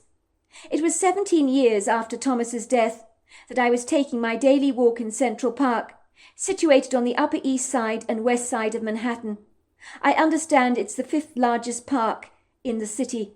I've always enjoyed walking as a recreational exercise. It's the one exercise you can do throughout your life that has no negative impact on your joints. I learnt that people who walk are far happier than other athletes, and outlive them all. On this day the weather was sweltering, and not exactly the most pleasant day for walking. The great thing about the beautiful park is that there are always a plethora of trees that offer some spectacular shade. There was an ice cream van at the edge of the park, where people emerged like ants from an anthill to buy themselves ice creams on a cone. Who could blame them? This was ice cream weather. I began to walk under the shade of the trees, but it was still unpleasantly hot, a sticky, humid heat. As I was walking, all of a sudden a friendly grey schnauzer came bounding up to me, with its lead still intact, dragging behind her, but with no owner in sight. The dog was well groomed, very friendly, and wearing an expensive collar covered in diamante, fake diamonds. "Where is your owner?" I asked the dog, taking it by the lead and scanning my immediate environment. I was expecting to see a person frantically looking for their dog, but all I could see was a group of people in the park, attending to a yoga lesson under the trees, and a woman walking her 2 pugs, but beyond that there wasn't a solitary soul in sight. "Aren't you a lovely little thing?" I said, leaning over the dog to stroke her. I noticed that on her collar she had a little tag with the name Ruby on it and a telephone number. "I'm going to find your owner for you," I assured her. I pulled out my cell phone from my purse and punched in the number. "Hello," came a male voice. "Hello, I'm sorry to phone you. My name is Sandy Phillips. I'm phoning you about a schnauzer called Ruby. I have her here with me. Do you happen to be missing a dog?" "Oh, my goodness," said the voice. "I was reading a Dick Francis book on the park bench. I think Ruby must have run off. She's very energetic at times. Probably didn't appreciate doing nothing. Where do you say you are? Are you in the park?" "I am," I said. "There's a yoga class being conducted not far from where I'm standing under the trees. I'm not sure if that gives you an indication of my bearings." "Good. Stay exactly where you are. I'll find you." And then there he was, walking through the park, carrying a Dick Francis novel in his hand, and wearing a warm smile on his face. I couldn't believe that this late in my life my heart could flip over like a pancake, but it did in that moment. The moment I laid eyes on Wilder Slayman, I remember blushing like a silly schoolgirl when I handed over Ruby's lead to him. "I'm so sorry," said Wilder. "I must have dozed off. I'm not from New York, you know. I came here to the park to escape the rat race, bury myself in a novel. I fell asleep on the park bench over there," he said, pointing to the distance. "Don't tell Dick Francis," he teased. "He would not be impressed if he knew one of his novels sent me right off to sleep. I can't get into this one for some reason. It seems Ruby here had other ideas. She's one of those exasperating little dogs that has way too much energy for her small size. She can be quite restless at times. She thoroughly enjoys exploring." "Well, the strange thing was she came right up to me, as if she'd known me all her life," I said. "Is that so, Ruby? What do you have to say for yourself, you treacherous young lady?"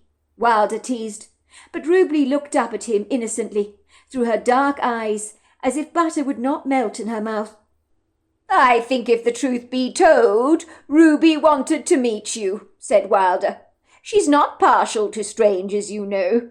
She's very discerning as a dog. Would you like to go somewhere for a coffee? Or do you have a husband you need to get home to, who would be most upset with you trotting off with a perfect stranger for a cup of coffee?" "I'll say no to the coffee," I said. Wilder's face looked disappointed, but a big smile formed on his face when I said, "No, there is no husband I need to go home to. He died 17 years ago. But I will say yes to a nice coffee. This weather is too hot for a warm beverage." "I thought you were about to turn me down just then," said Wilder. "Ruby and I would have been most affronted, wouldn't we, Ruby?" he said. Once again Ruby appeared completely nonchalant and indifferent to our useless conversation. It would seem in her world, actions spoke far louder than words. She knew a trip to the local coffee shop would mean a large scoop of vanilla ice cream. It would seem that Ruby was not lactose intolerant, and ice cream was her favourite treat. Of course I did tell Wilder ice cream wasn't that good for dogs, But he said Ruby deserved a treat once in a while, especially on a scorching, insufferable day like this, and I had to heartily agree at that. We had coffee together at a coffee shop which had chairs and tables on the street, and the waitress brought little Ruby a bowl of water, which she lapped up gratefully, and then she dived into a large scoop of ice cream with gusto. It was a blistering hot day for New York.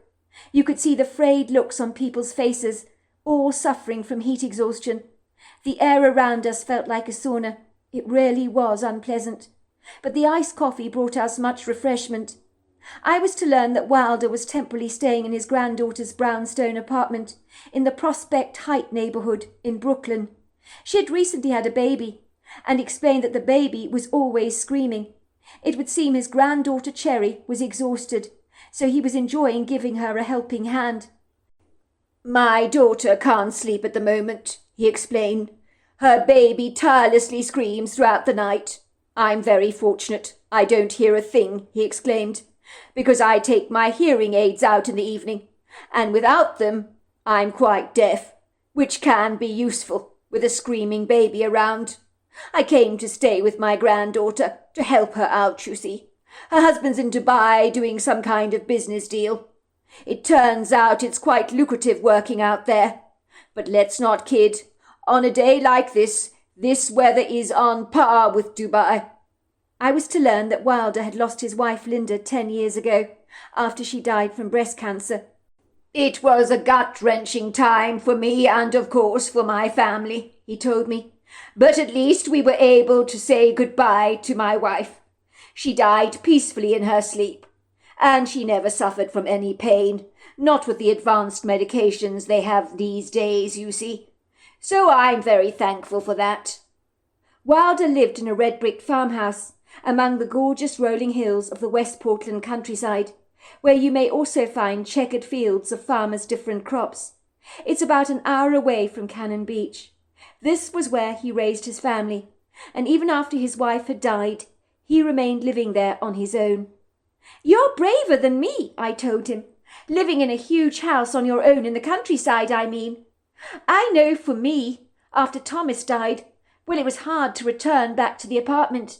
I felt incredibly lonely, but I hasten to say my cat Sooty saved my life. She was attached to Thomas, but if she could bounce back from a tragic event so seamlessly like that, then I knew I could also." Wilder laughed, rubbing his hand over his chin and staring at me through twinkling grey eyes. "You know what, Sandy? You're speaking my language. I know exactly how you felt. And yes, the farmhouse felt very lonely and rather gloomy, I have to say. But if I gave it up, it would be like giving up a huge part of myself. The family have lived in that farmhouse for so many generations, and I likewise intend to leave this place to my granddaughter. She'd love to live there and give up her life here in the Big Apple for a more relaxed lifestyle. My daughter wanted to move out. Needless to say, other members of my family, always thinking they know what is best for me, wanted me to sell up the farmhouse, claiming it was far too big for me. But part of the land I've managed to let out to a farmer for his dairy herd to graze. It's a win-win situation the way I see it. The only time I will leave that farmhouse is when I can't physically walk out of the front door. But sell it? Never. I will never sell the place." Let's just say over the next couple of weeks, Wilder and I became inseparable. One day when he was leaving New York, he invited me to come and stay with him at his red-bricked farmhouse in West Portland. The rest is history. It was like a repetition of what had happened when I'd found Sooty lying there in the gutter. I would tell Wilder, "I'm only going to stay for the weekend, then I've got to get back to New York." He would then encourage me to stay just one more day. "Another one? Why not just one more day?" he'd say. And then one more day would lead to 2, and then 3. I would reluctantly agree to stay a little longer, always just a little longer. "Sooty and I need to get back to New York," I would tell him. Yet in truth, what did we need to get back to a lonely apartment for? What was there waiting for us? And as far as Sooty was concerned, the countryside was so much more preferable than a stuffy New York apartment. It would seem days merged into weeks and then into months. And Wilder said to me one day, "This is crazy. I love you, Sandy, and I hope you love me too. It makes no sense at all, us living apart like this. We are like two parts of an apple that belong together. We shouldn't be apart. Sell your apartment in New York, move in with me, and let's get married." And so we did just that, and never regretted blowing all caution to the wind with the impetuous enthusiasm of a youngster, only a quarter of our age, I have to say.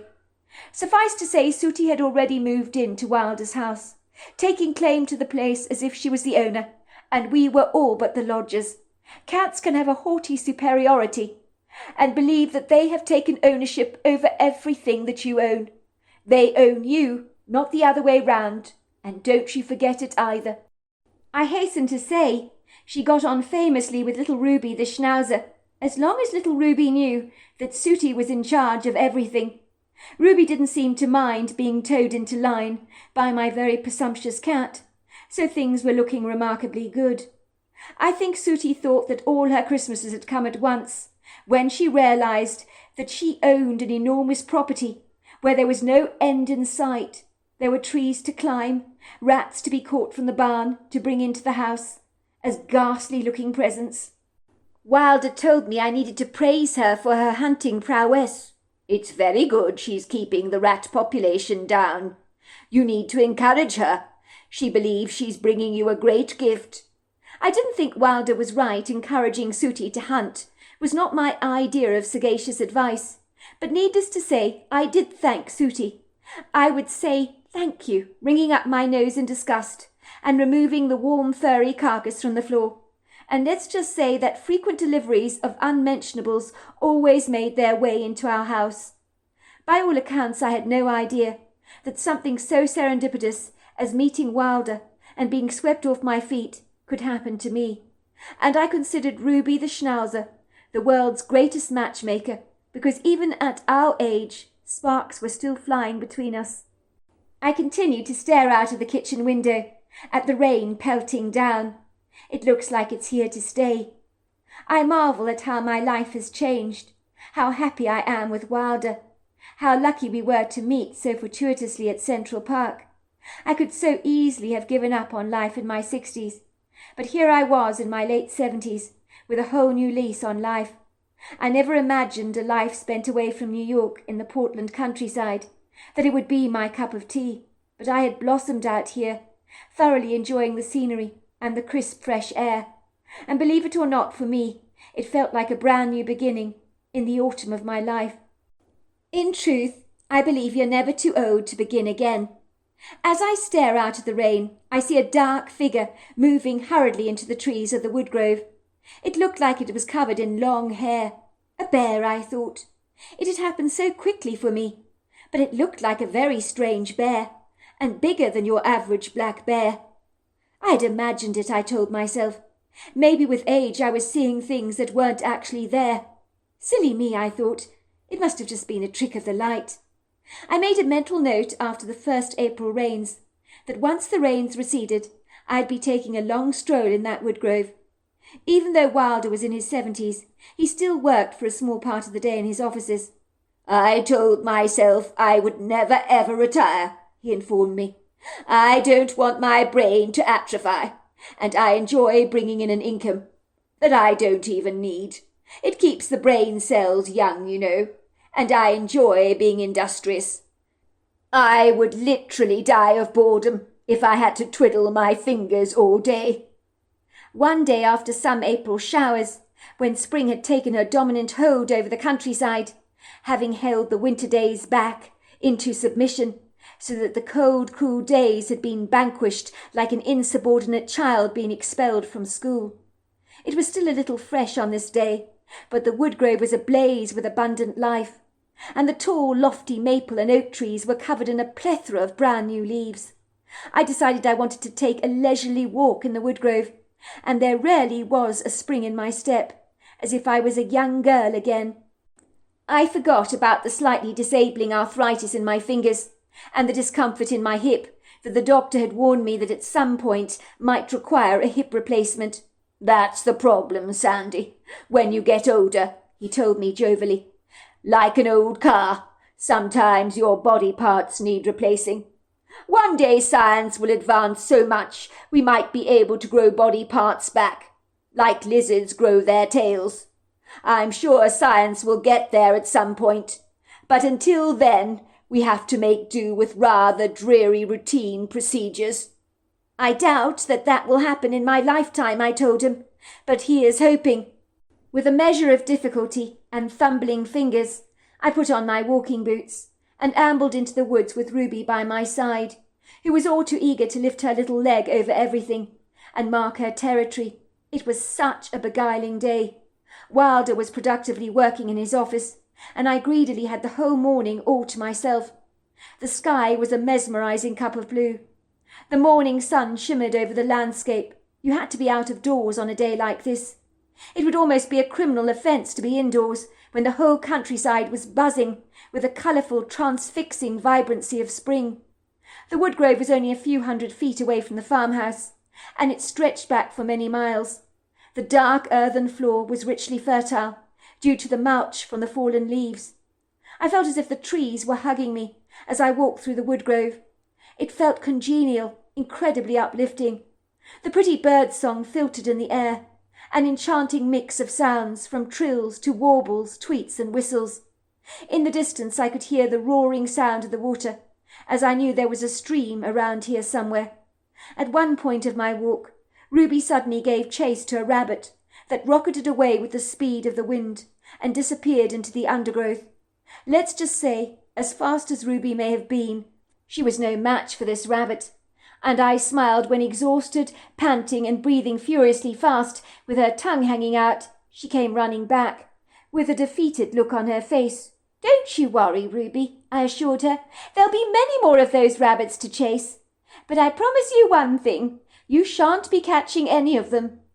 If Ruby was unimpressed with my words, she said nothing, but proceeded eagerly on her way ahead of me, and then her nose seemed to sniff something rather unfamiliar in the air, and she quickly ran back to my side, as if she drew comfort from my reassuring presence.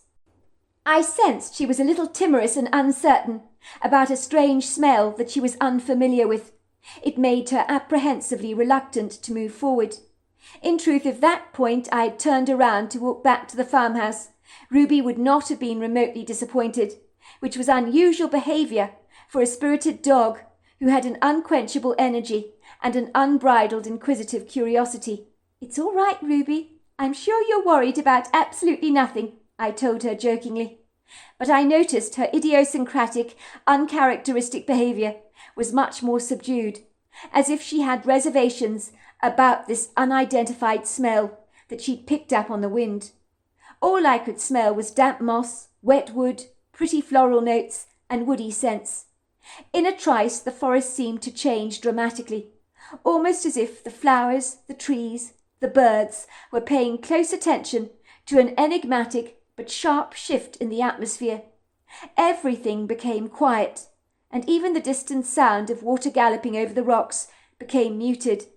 That was when I heard a very distinctive whistle, and the sound of ponderous heavy feet pounding the ground, twigs breaking, snapping and popping, leaves rustling. I could also hear another rather peculiar sound. It was the sound of a baby's chuckle. I stopped in my tracks and stood very still. I was not afraid, only extremely curious and nonplussed. The whistling got closer and closer, the chuckling more distinctive and pronounced, and for a brief second I witnessed a dark shadow through the curtain of shrubbery that was pulled aside by a pair of sizable hands with sausage-sized fingers, and that was when I saw her. I was so astounded by what I was seeing that I shut my eyes and opened them again to make absolutely sure I was seeing right. When you see something that does not conform to your perception of the natural world, it's difficult to adjust to something that is so peculiar, out of the realms of all probability. I kept thinking to myself, is this a dream? Am I dreaming? But I knew I was very much wide awake. This was no dream. At first she did not see me. She seemed oblivious to my presence, for I remained very still, and Ruby, who normally ran and barked at everything that moved, remained stoically quiet by my side. She didn't dare growl, bark, or release any sound. She just sat down by my side and stared curiously at the strange being in the line of our focus. By all accounts, she was as intrigued as I was, and was uncertain how she should react to this mysterious stranger that left me completely transfixed and caught up in a bubble of wondrous awe and bewilderment. What I was seeing was a tall, lofty female wild woman, covered in hair, standing upright on 2 feet, that if I hadn't known better, I would have described her as being what I envisaged early man to look like, although she was far superior in that regard. I perceived there was an incredible wealth of knowledge that dappled her face. I knew she was extraordinarily intelligent. I remember once when I was a girl at school, and a new pupil had started in our class. The new pupil came up to me with her math homework and asked me to help her with some equations. I looked at her puzzled. "Why are you asking me for help?" I asked her. "Well, you look like the cleverest girl in the class," she told me. I had never understood what she meant by that until now. One look at this remarkable creature's face, and I observed what I can only describe as a superior intelligence beyond my own and beyond the average man. It was written all over her in an invisible ink that I could discern instinctively. She was carrying a baby on her powerful shoulders. The little baby was covered in dark hair, matching her own. It had a pair of animated eyes that seemed to view the world as if everything was desperately exciting. The child continued to chuckle happily, with one finger still in its mouth, its dark eyes fixed on me, with an inquisitive curiosity, as if to say, "Who's that?" I observed that the hairy lady possessed long flowing dark hair. Like the night, that's how dark it was. It gleamed with a vibrant health. She was possibly 8 foot tall, and 700 pounds, with overlong arms. She possessed a streamlined, slender body, built for power and strength, but despite her gargantuan, robust size, she walked with a poise and an elegant, nimble grace, which was unusual for one so large. I have never seen a hefty ballet dancer before, but let me tell you this. This wild woman had grace seeping out of every single cell of her body like sweat. Put it this way, if she were to attend a ballet class, the pupils would probably be learning from her, not the other way round. She was born with this inbuilt grace. It was ingrained in her biological makeup. When she walked, she looked like she floated on air, and I mean that literally.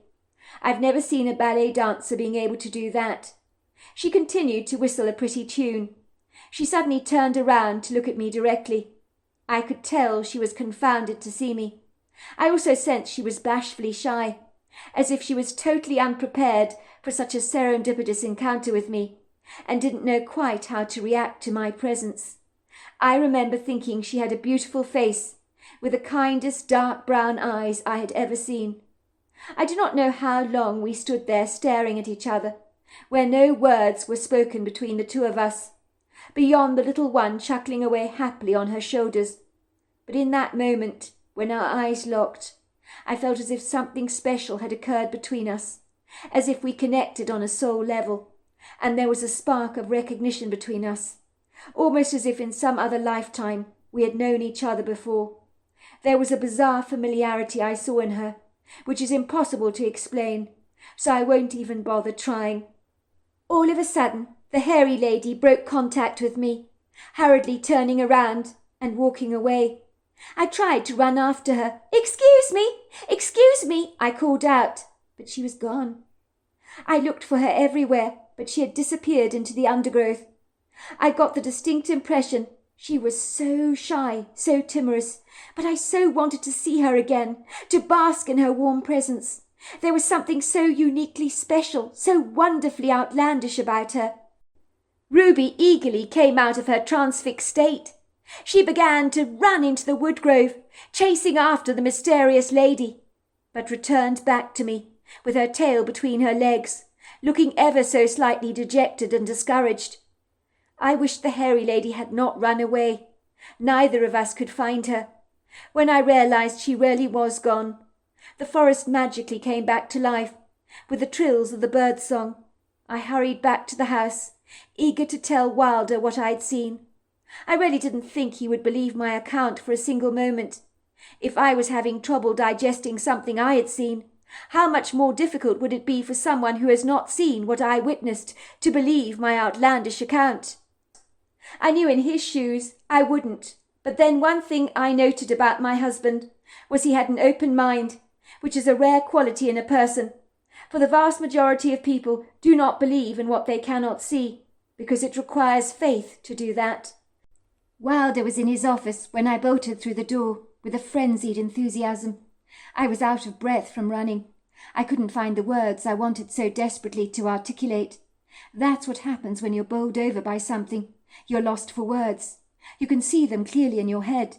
You know what you want to say, but nothing comes out of your mouth, and you look like a blubbering idiot. Wilder looked at me with a bewildered expression on his face. "Sit down, sweetheart. You look as if the wind has been knocked out of your sails," he said, ushering me into his office and beckoning for me to take a seat on one of his swivel chairs, while he told me to take long, deep breaths. I was practically gulping the air. Ruby, who was at my side, was wagging her tail, barking excitedly, as if she was trying to speak in my place. "Whatever is the matter, Sandy? You're out of breath? Are you sure you're all right? Even Ruby here is behaving absurdly. What the heck is going on here?" "Wilder, I don't know how to tell you this, but I've seen something so incredible. It was a lady," I finally managed to blurt out, with a great deal of difficulty. Wilder looked amused. "All this excitement about a lady? Who is she?" he asked. "I've got no idea," I told him frankly. "She was in the wood grove with her baby. She was very shy. She got a shock when she saw me and ran away." "Too right she got a fright when she saw you. I don't care if she's got a baby, Sandy. What is she doing hanging around our wood grove?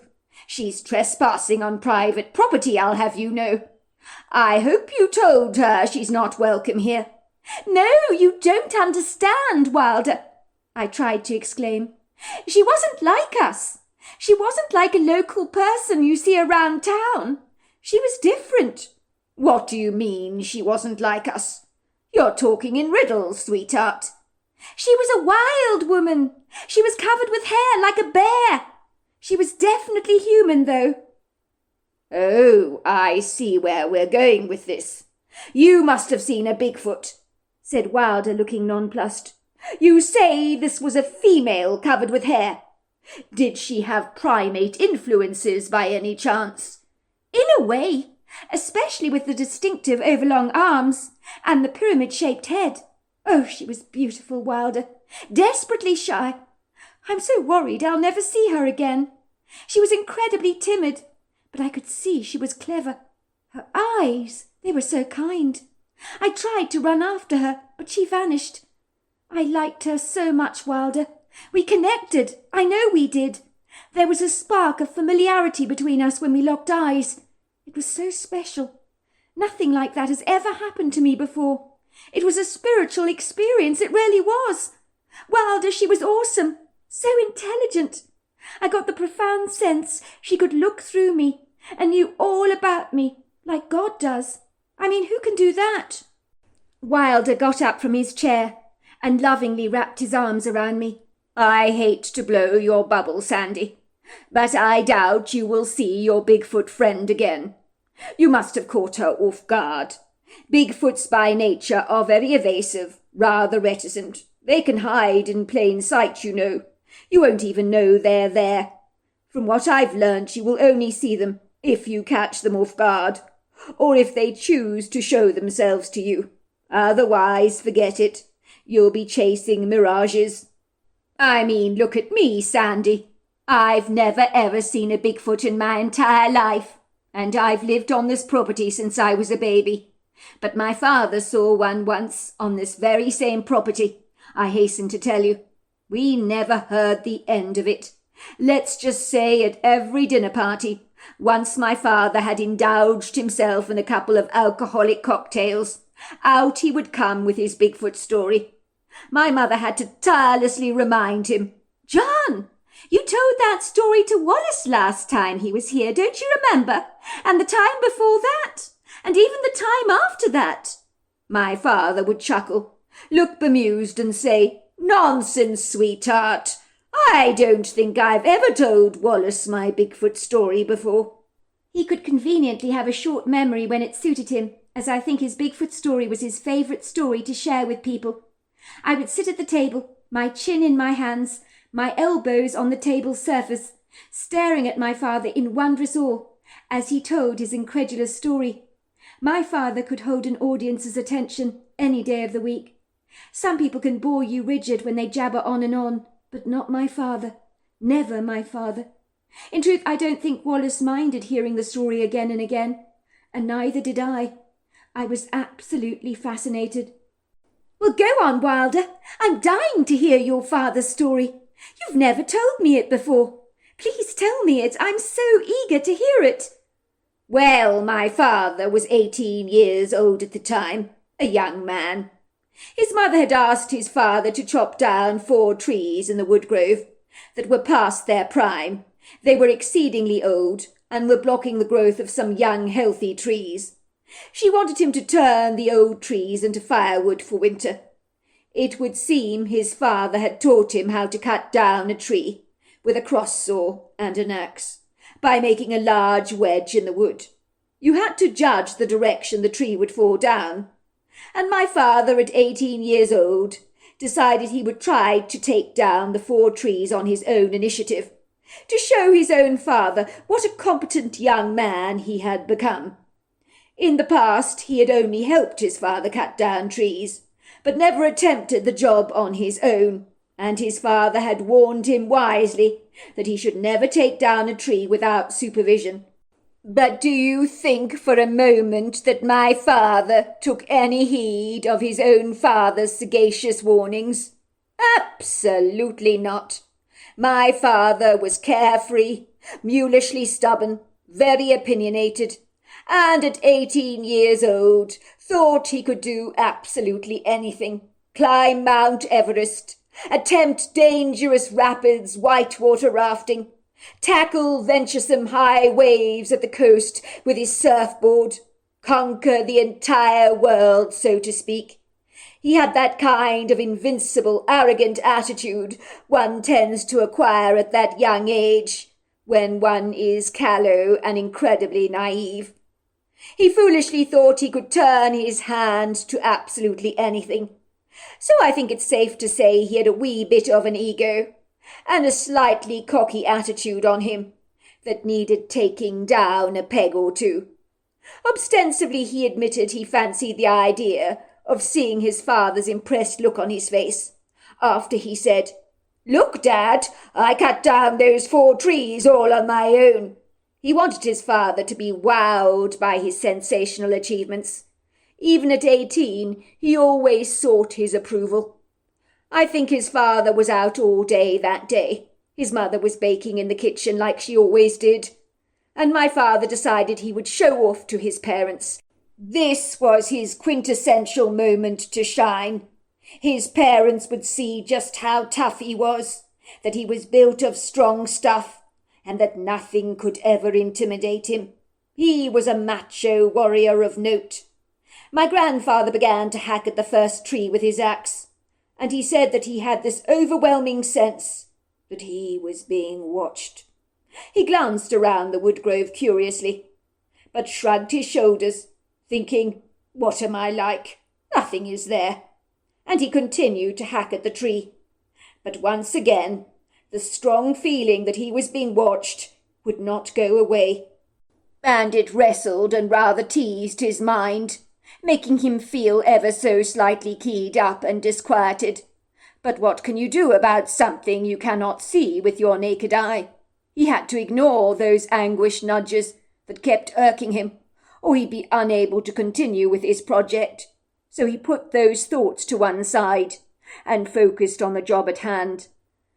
even though the insomnious, alarming feeling that he was not alone stayed with him the entire time, like an unwelcome fly buzzing around his nose that he simply could not swat.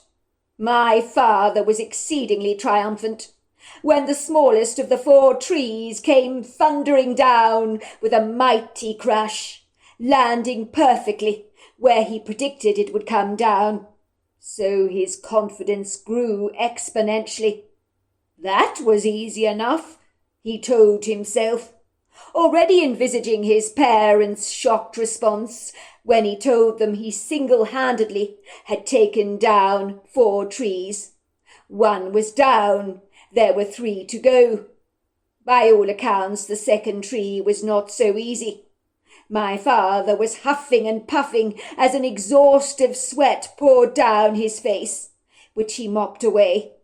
He said he thought he heard someone emulating his tired breaths. But when his furious breathing recovered and calmed down significantly, he cocked his ears to listen to the sounds of the woodgrove, but heard nothing. He told himself what he had heard was all but an echo of his own heavy breathing. The 2nd tree was obstinately stubborn. It stood up haughtily in the ground with a proud repose, lofty and tall, and as my father hacked away at it, he realized things were far tougher than he'd envisaged, but he doggedly refused to be intimidated. This tree was going to come down, even if it took him all day, come hell or high water. After a long period of time, the willful, obdurate tree began to heave. It began to grumble, crack, and snap, as if it was finally giving up the ghost. But it plummeted down to earth so swiftly, at a wrong, precarious angle, plunging directly into my father, without any apology. It would have bludgeoned him to death, I am in no doubt about that, rather like a squashed insect, if it had not been for the very fast, efficient interference of what my father would later describe as a giant-like human creature, who jumped in front of him, catching the tree in its powerful hands, as if it was as light as a feather. I hasten to say, not even a leaf or a lone twig scratched my father, as the powerful tree was lowered very gently to the earthen soil, so that when the tree finally touched base, you didn't even hear the ground react with even a judder or a shake. He said he was staring at a magnificent, very, very burly 8-foot-tall Bigfoot, covered in long, flowing, cinnamon-coloured hair. He said it looked at him through the kindest, very concerned, dark treacle-coloured eyes, and he heard words spoken to him eloquently in a strange indigenous language he did not understand, that was automatically translated into his head, telepathically in English. Makila ni qualisava na kashe kilena, ho makasati la tuo galasan. Don't you ever try that again. Next time you will be killed prematurely. The creature then turned around and glided away. My father said he walked with such an elegant gait for one so large. My father was naturally stunned by the incredible creature he'd encountered, but did not attempt very wisely to cut down the last 2 trees, that, like the other 2, had been marked with a red ribbon, so he had known what trees needed to be chopped down. I think the shock of having so nearly been killed, or seriously injured at the very least, had somehow extinguished, let's say, his cocksure bravado, making him realize he was not so invincible after all. He did, however, tell his father, "Oh, Dad, by the way, I thought I should mention, I took down 2 of the 4 trees in the wood grove you were intending to cut down. I thought I would lend you a helping hand."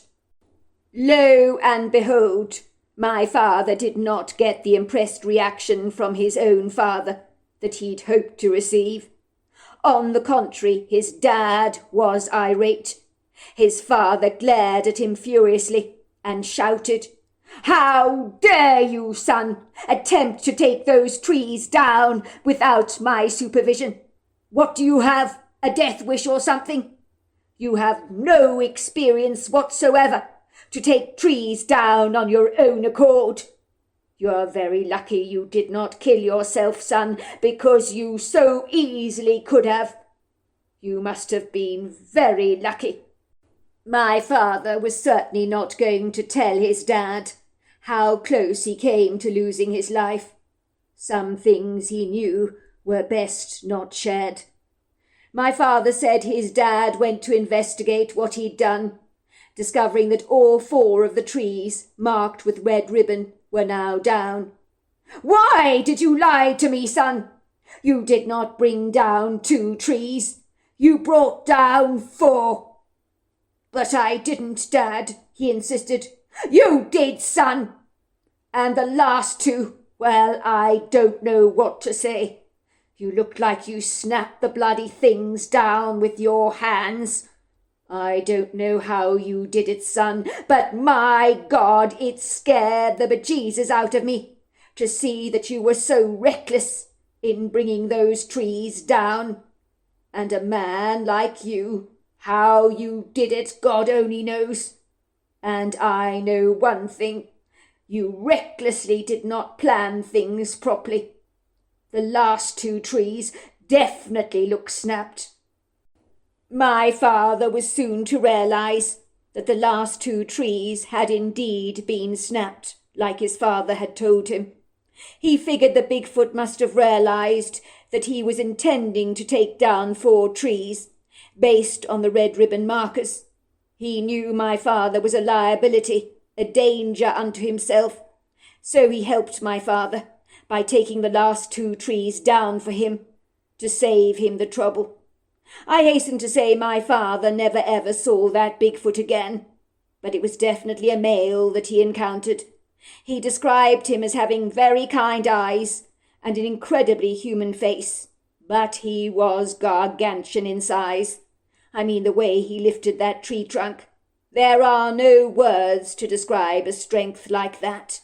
"Wow, that is quite some story," I admitted.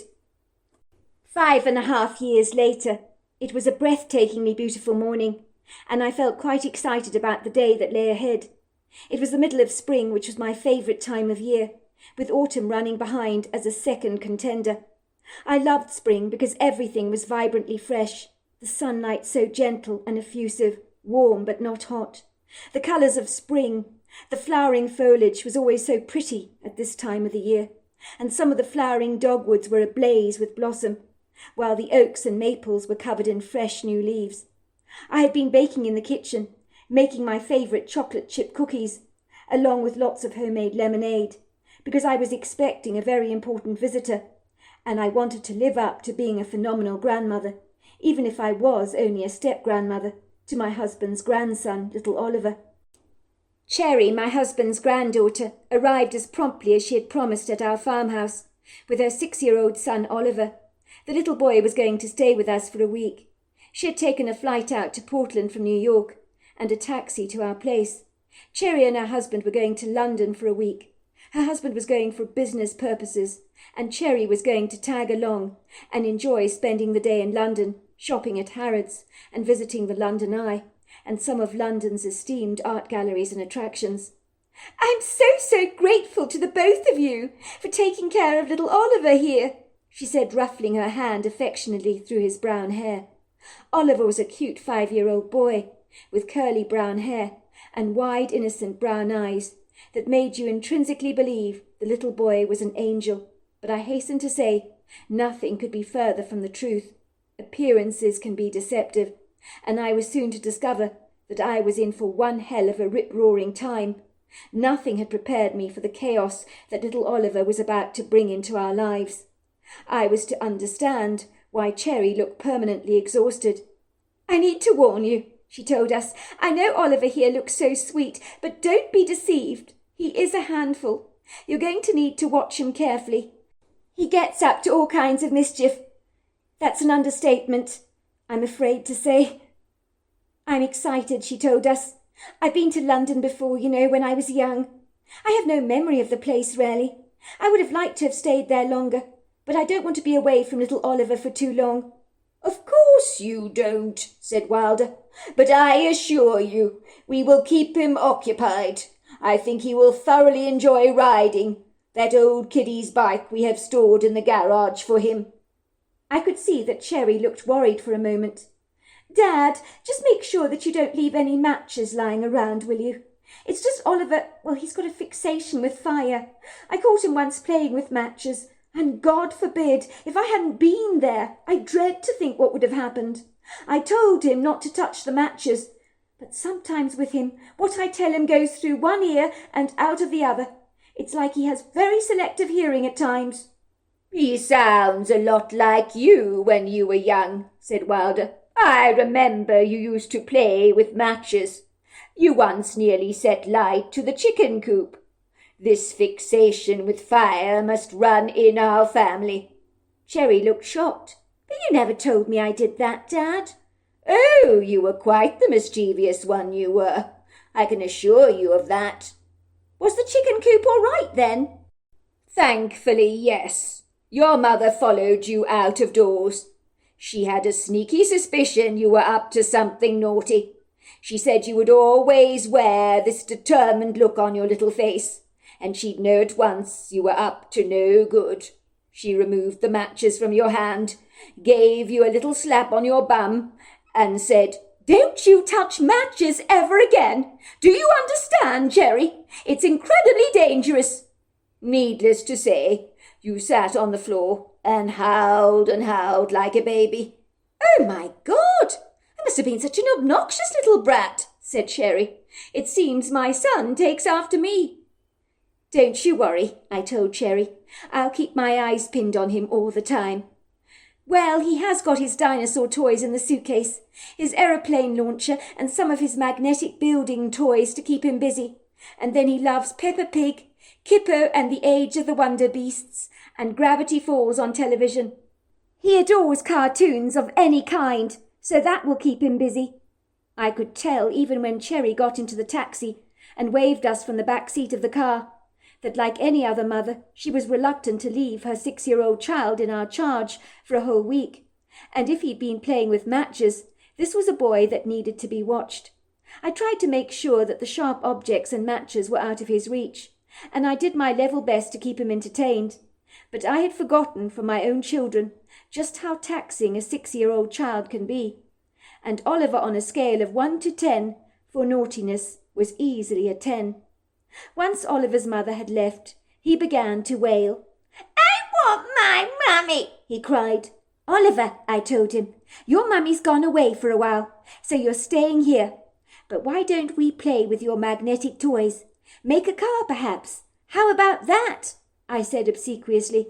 "I want my mummy," he cried. I thought he'd howl forever, but thank God he soon settled down and forgot about wanting his mother, and began to show an interest in Sooty, my poor cat, who became the entire target of his fascination. The next thing I knew, he was chasing my unamused cat around the house, and then he grew bored when Sooty jumped up on a high ledge beyond Oliver's reach, and just growled at him with her tail twitching and her nose flaring. I didn't think Sooty took kindly to this young rambunctious intruder in our home, who had a penchant for pulling her tail. Oliver grew tired of pursuing Sooty, and thankfully began to play with his magnetic toys. One of the most infuriating moments for me was when I found him relieving himself on one of my pot plants in the living room. In truth, it gave me the shock of my life. Had the kid not been toilet trained yet? "Oliver, why don't you go to the toilet?" I told him. "You can't just pee on my indoor plants. You know where the cloakroom is. I'll take you there myself." "But your plant was thirsty," he insisted. Let's just say over the next few days, I was almost tearing my hair out with frustration over this annoying 6-year-old boy who seemed so hyperactive and bustling from one game to another like a jack-in-the-box. One morning I woke up early to find little Oliver nonchalantly sitting in the middle of the terracotta floor of the kitchen, eating a bowl of Kellogg's cornflakes, while the rest of the cornflakes were distributed ungainly all over the floor, along with a huge plastic bottle of milk flipped on its side. The milk was everywhere. It looked like a David Pollock painting. Sooty, my cat, was lapping up some of the milk Oliver had spilt. I think my cat had decided that this small ball of fiery energy had some redeeming qualities after all, the spilt milk being a very definite plus for my cat. Ruby was eating up the cornflakes, crunching them happily. It would seem that the three of them were having a whale of a time. The kitchen, on the other hand, looked like a war zone, and little Oliver was oblivious to the chaos he had caused. Little did I know, things were only going to get a whole lot worse. It was on Thursday evening when I tucked little Oliver in bed. I had bathed him, given him his evening meal of fish fingers and chips, and I was reading him his favourite book, called The Cat and the King. That's what I think it was, anyway. "Good night, sweetheart," I said, giving him a kiss. "I'll leave the night light on for you, but promise me you'll go to sleep like a good boy." "Good night, Granny Sandy," he said. I was relieved when he closed his eyes and literally fell asleep in front of me. He had been playing outdoors all morning in the sandpit and on the little tricycle. I'm quite sure he was worn out. I was secretly looking forward to Cherry returning. I was exhausted from looking after her son. Cherry checked in with us every day, and we reassured her that it was a piece of cake looking after little Oliver, when in reality it was as if a tsunami had invaded our home, with a plethora of unfortunate breakages. There was paint on the wall of our kitchen, where Oliver, having used acrylic paints, had painted a house, a sun, a few stick figures, Ruby the dog, and Sooty our cat. "Oliver, why didn't you paint your picture on the paper I gave you?" I chided. "You can't go painting on my walls like this." "'Cause the picture I wanted to draw was bigger than the paper," he explained to me. I was rather amused to see that he'd drawn Sooty our cat, bigger than Ruby, bigger than me, bigger than Wilder, and bigger than the sun. "Why did you make Sooty so big?" I asked Oliver, when I studied his picture closely, which was very good, I hasten to say, even if it was painted on my kitchen wall. "'Cause Sooty is the boss," said Oliver nonchalantly. Even at this young age, he'd picked up that my cat thought he ran the show and owned all of us. And judging by Oliver's picture, he even had charge over the sun. So my cat, in Oliver's eyes, was some kind of a demigod. That night I slipped into the sheets, melting into their folds like butter, with an exhaustion that consumed me. I barely even remember saying good night to Wilder. That's how tired I was. It was in the middle of the night that I woke up to a loud banging sound. Someone was banging our window, and to my astonishment a few pebbles went flying through our open window, landing on our bedroom floor, with a loud pinging sound. The curtains were half open. I looked at Wilder. He was fast asleep. Without his hearing aids in, he hadn't heard a single thing. What the hell was going on? And who was making such a loud commotion outside our bedroom window and wilfully throwing pebbles into our bedroom? I nervously ambled over to the window, peering out into the yard. I saw the Bigfoot I'd encountered in the woodgrove 5 years prior. I could see her very clearly under the light of the full moon, along with the motion-activated outdoor lights that were all on. She looked relieved when she saw me as I leaned out of the window. She was waving her arms frantically. I looked down at her, and she said something like, "Oshakaka! Oshakaka! Oshakaka!" and pointed at the living room area with an urgency on her face. I heard the words in my head, "Fire! Fire!"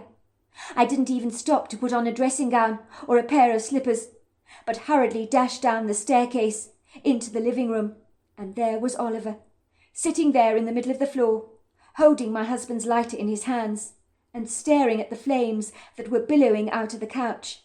I discovered he'd thrown pieces of chopped firewood onto the flames to make the fire all the more bigger. I can't describe how shocked I was. "What the hell are you doing, Oliver?" I screamed. "Stop that now!"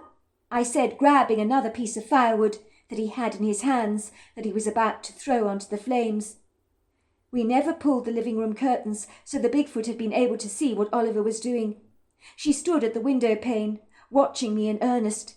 Thankfully, I always kept a fire extinguisher close to the fireplace, so I grabbed it and sprayed the flames. I was too shocked to get angry with Oliver, but I don't mind saying I was completely freaked out. The Bigfoot began tapping at the glass sliding door, which I quickly opened. She hurried into the room, inspecting the damage. She then picked up Oliver in her arms and spoke to him fiercely in her strange language that Oliver appeared to understand. He stared into her dark eyes and was nodding at her. Italafa, ho katachika, ho malatilaka, ho pasakala tua, ho kilakilata po. She then put down the bemused boy. I've spoken to him. I don't think he will do it again, she said to me in her strange language. Apataka kukulakatasi, ho foshanasikala, which for some reason I also understood. Thank you, I said. The Bigfoot nodded. Tila fuko asakatwa.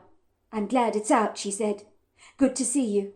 And she suddenly looked very shy and turned around and glided away. I got down onto my hands and knees and took Oliver into my arms, giving him a big open cuddle.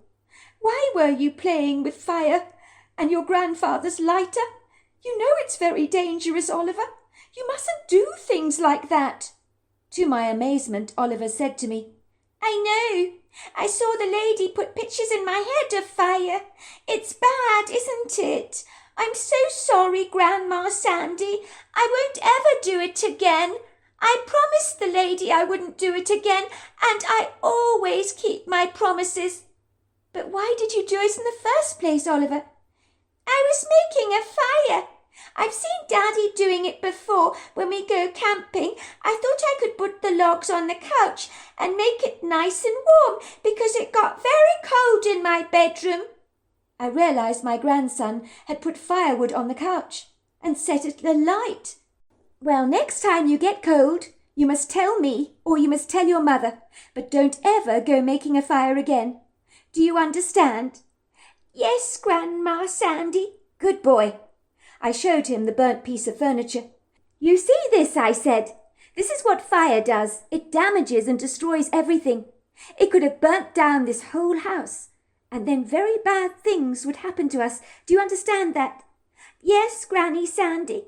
I told you the lady showed me, with pictures in my head.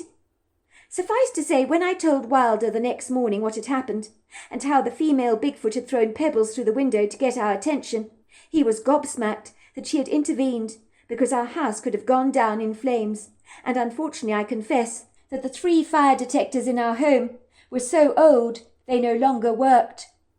To cut a long story short, I have no idea what the Bigfoot told Oliver, but after her words of wisdom, whatever they were, not only did Oliver never play with fire again, but he became so much more aware of his environment and the consequence of his actions. Even Cherry told us when she returned from England, I can't believe the change in Oliver since he stayed with the both of you. He seems to be so much more clued up about things, and he's much better behaved. Looking back, I believe the transformation had nothing to do with me and Wilder, but the wise words of a sagacious Bigfoot. I still live in the red brick farmhouse with Wilder, and am getting significantly older these days, but we are still very happy together. I occasionally see the female Bigfoot on our property. She gives me a friendly nod when she sees me, but I think she's still painfully shy. But she certainly overcame her bashfulness when Oliver played with a lighter on that inauspicious night, when things could have gone badly awry. So there you are. That's my story.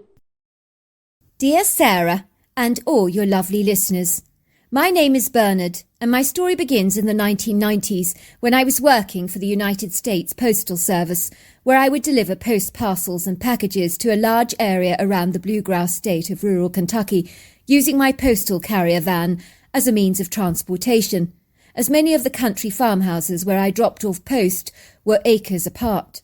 The only area where I walked on foot was around the quaint rural town, where the shops and apartments were built rather close together. As a result of my job, I was as fit as a fiddle, and certainly didn't require any gym membership, and it always felt good at the end of the long day to see my previously heavily packed carriage now emptied of everything, which always gave me a good feeling that I had accomplished my goal for the day. I assure you, I thoroughly enjoyed my tranquil, relaxing drives through the spectacular, verdant, scenic vistas of rural Kentucky, which in itself was an uplifting experience for me. I would drive past gorgeous farms, pretty barns, silvery lakes, and fenced-in areas of emerald green pastures with grazing horses, sheep or cows. I also loved watching the changing of the seasons from the windscreen of my vehicle, when the countryside was swathed in carpets of glistening white snow like a glorious winter wonderland, where the icicles dangled off the trees like delicate crystals. Then the cold, harsh winter days would slowly recede, which for me was always promptly announced by the showy arrival of the inflorescent lavender flowers from the eastern red budwoods that burst into bloom on their heyday before their summer leaves began to sprout. So yes, I loved my job as a postal worker, most especially the wonderful people that I would meet. As for many, I was an ever-constant in their lives, and the familiar, amicable and friendly face many began to trust. Of course, I had special customers who gave me candies, cookies and presents. One of these endearing people was a delightful woman called Eleanor Markham, whose husband had recently died from a long drawn-out illness. So now widowed, she was living on her farm alone, and her 2 sons were more than a little eager to turf her out of her farmhouse and encourage her to move into an old-age home. But that was the last thing Eleanor wanted to do. She would always express her misgivings, reservations and trepidations to me over a cup of hot tea. I could never deliver post to Eleanor without her insisting that I took my tea break at her home, which became a customary thing for me to do, as Eleanor was a matriarch figure in my life, and I genuinely enjoyed and appreciated her effervescent company.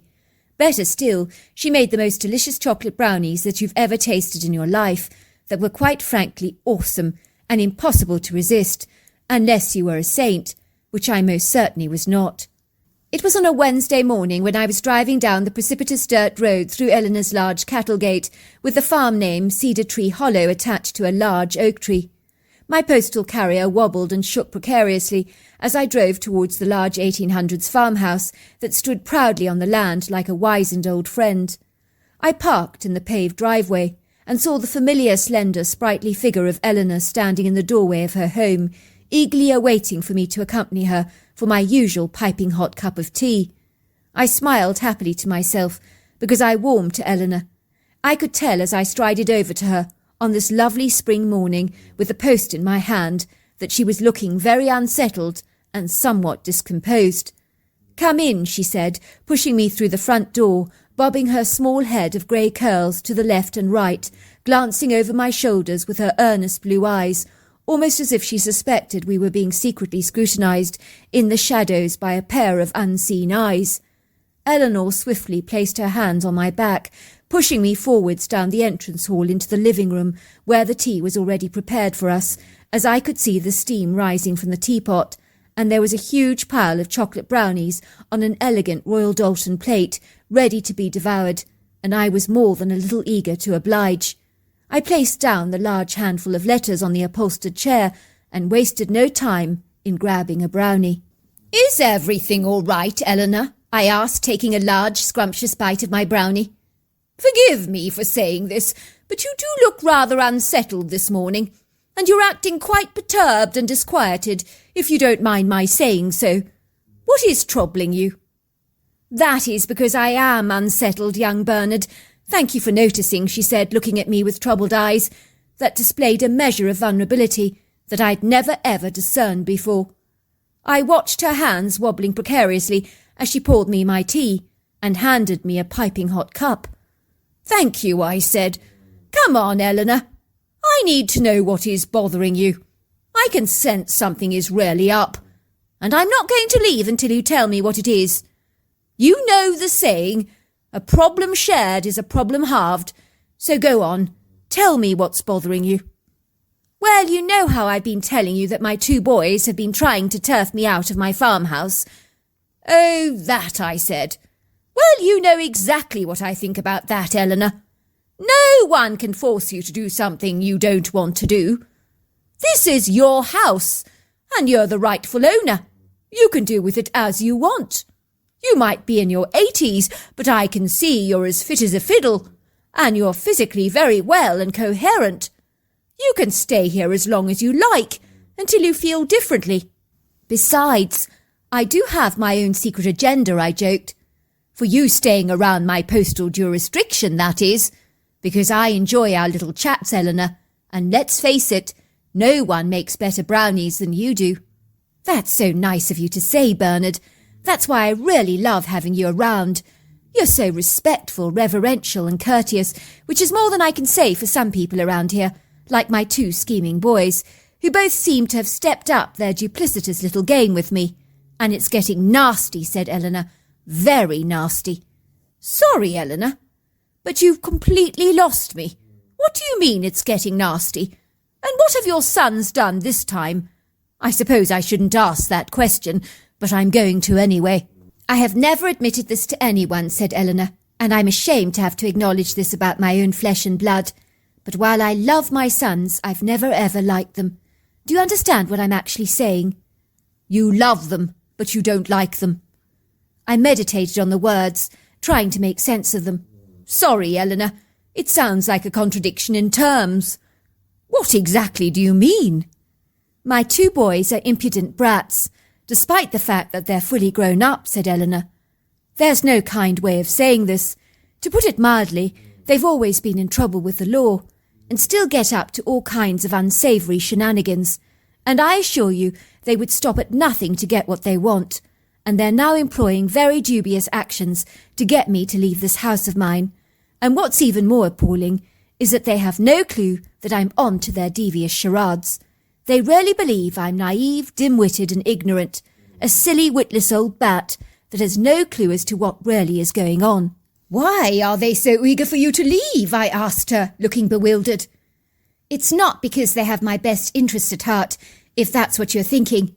Theo, my eldest, has an insatiable appetite to move into this farmhouse with that dreadful hen-pecking wife of his, and to hoggishly take over this farm of mine, using the profits for his own self-indulgent pleasures, with only a small portion of the income used to cover the costs of my care at an old age home. Their father would be turning in his grave to see their abysmal treatment of me. My audacious boys even had the shameless impertinence to send Pastor Josh Miller around to the house to try and encourage me to leave this farm. You know, that large man with the round podgy face and piggy eyes buried beneath mounds of flesh? Oh, him, I laughed. What did he have to say?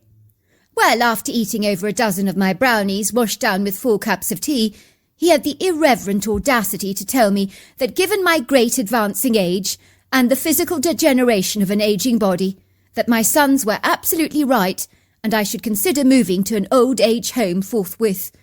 What a cheek, I said. You're so young for your age and as active as any youngster I know, maybe more so. I said to him, Pastor Josh, age is just a number, and I assure you that I'm in perfectly good health. And if you don't mind my saying so, it's a little like the pot calling the kettle black, because you're a fine one to give me advice. If you were in perfect health yourself, I might listen to you more. But I did notice that you were out of breath walking from your car to the living room, which means you're dreadfully unfit. I also noticed that you have high blood pressure. Well, I've heard about that. Fatty liver disease and diabetes, not to mention you are definitely obese. Looking at you at a guess, I would say you're approximately 500 pounds. How dare you come here lecturing me on moving to an old age home based all upon my age, not on my health at the bequest of my sons, when you should take a long hard look at yourself first.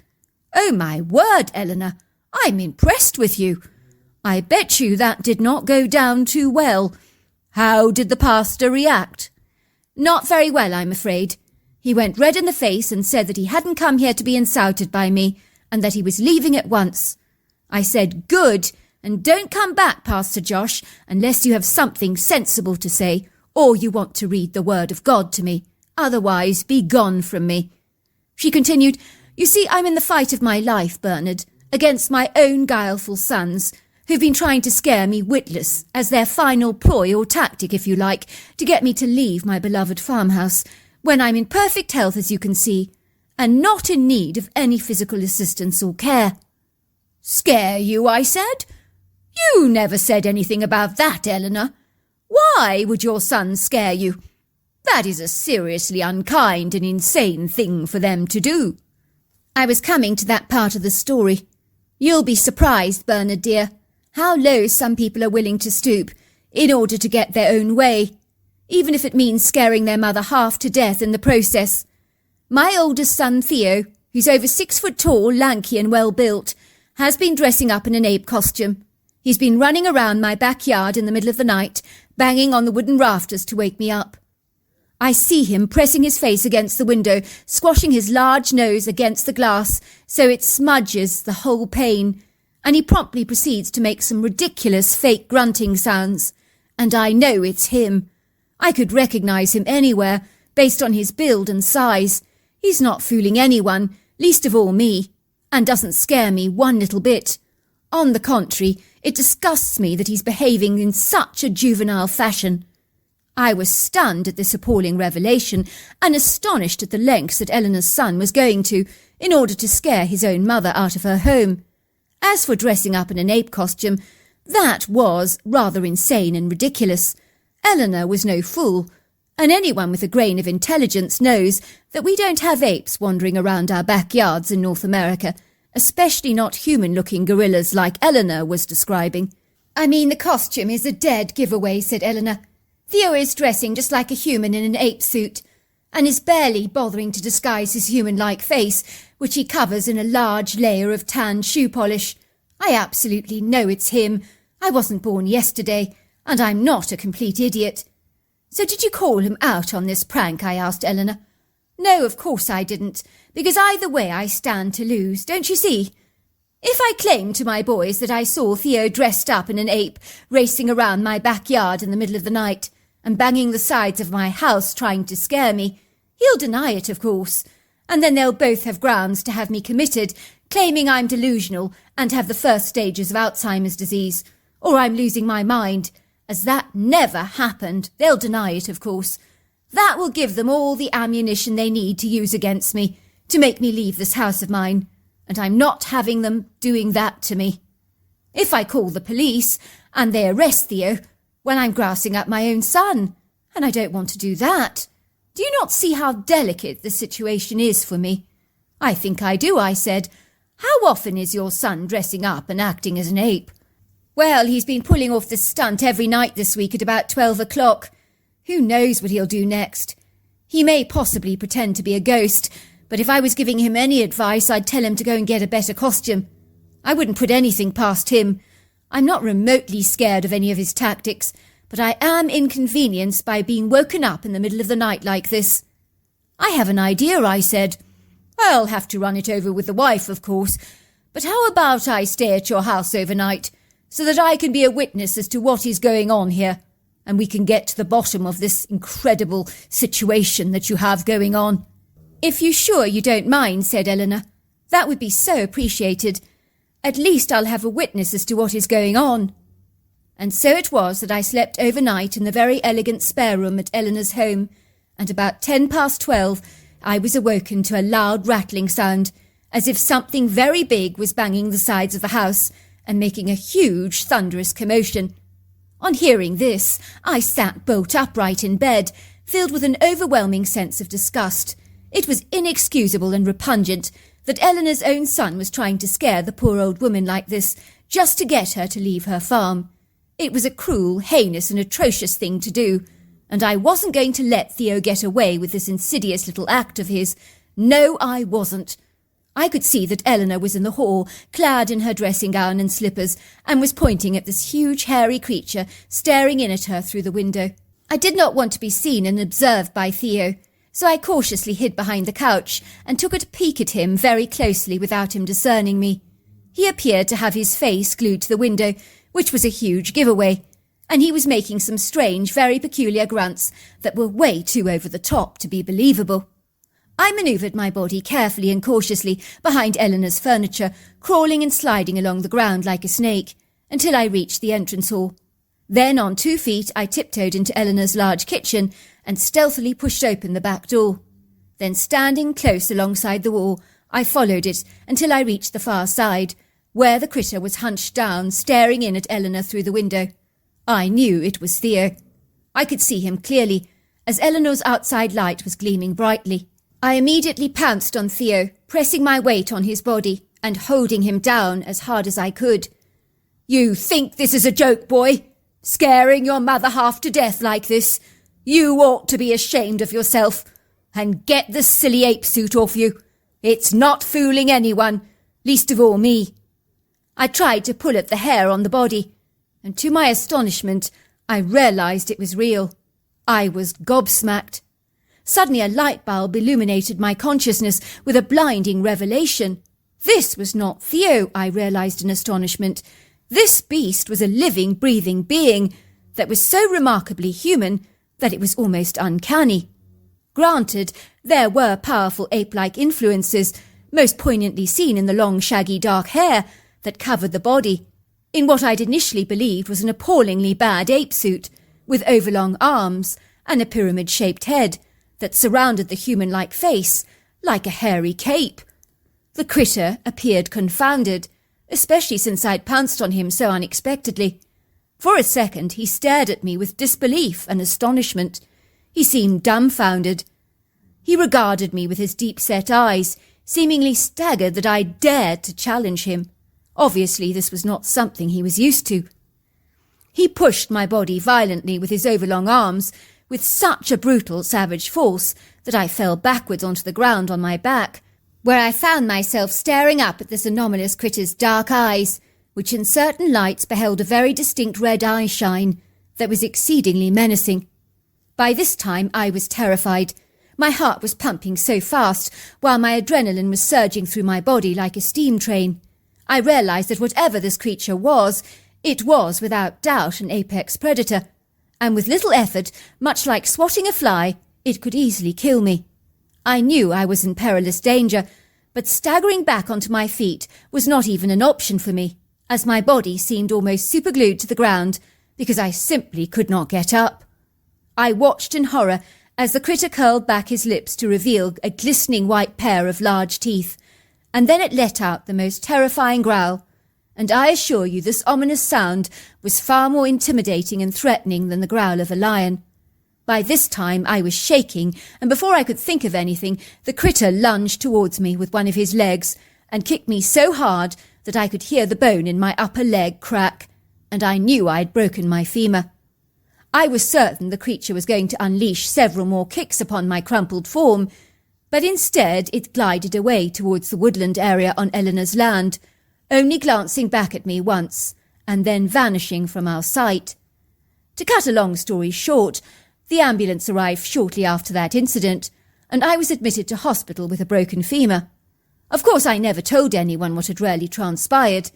I received many concerned visits from Eleanor, who was desperately worried about me, and shocked to have discovered that the really bad-looking ape suit did not belong to her son in disguise, and was in fact a real creature. But we had no idea what it was at the time. We chose to tell no one about our spurious encounter, for fear of being ridiculed and disbelieved. But all these years later, I know that we encountered a Bigfoot, and to think that I actually pounced on this creature boggles my mind to this very day, as it was possibly the stupidest thing that I've ever done in my life. I truly consider myself lucky to have escaped with my life, because the power of this mighty beast was unquestionable. But I assure you, if you didn't know any better, you could easily be fooled into believing the Bigfoot was a man in an ape suit. Looking back, I do not know why for an entire week that this Bigfoot was making such a raucous commotion outside Eleanor's farmhouse and staring in at her by sticking its face to her window and watching her curiously with a transfixed intensity that I shan't forget in a hurry. Eleanor was never afraid, as she falsely believed the creature was Theo, and maybe her lack of fear gave the Bigfoot the confidence to study her more intently. I truly believe these creatures are as fascinated by humans as we are by them. On reflection, I believe it was a youngster that was curious about humans because the Bigfoot I saw was only 6 foot tall, 400 pounds, and about 2.5 feet wide across the shoulder area. I noted it was very well built, lanky and lean, much like Theo is, and even the face reminded me of Theo, although it did have a beard around the chin area, and leathery grey skin, and of course a large flat nose. It possibly knew Eleanor lived on her own and saw her as an easy human subject to study. That's why he was so curious about her. I'm glad to inform you, though, that the creature never came back to bother her again. It would seem that Eleanor's biggest fears never came to pass, for she didn't end up living in an old-age home after all, which was an idea she despised and totally dreaded. She lived out the last days of her life in her farmhouse until one day she didn't wake up. She died in her sleep at the grand age of 97, still in robust health and sound mind, which in my opinion is the very best way to go. Now that I know I saw a Bigfoot, I always hope for another random encounter. But I'm of the opinion that you'll only encounter a Bigfoot when you least expect it, and not when you're intentionally seeking him out. So there you are. That's my story. Well, hello there. I hope you enjoyed the Omnibus edition. We've got many more coming our way for you to listen to. Sending you love wherever you are in the world, in North America, Canada, Kenya, wherever you may be. I send you lots and lots of love. Thank you for listening to my Omnibus, and I really do hope you enjoyed it, because that's the whole idea about it, is to give you some interesting stories to listen to. So until next time, goodbye and good night.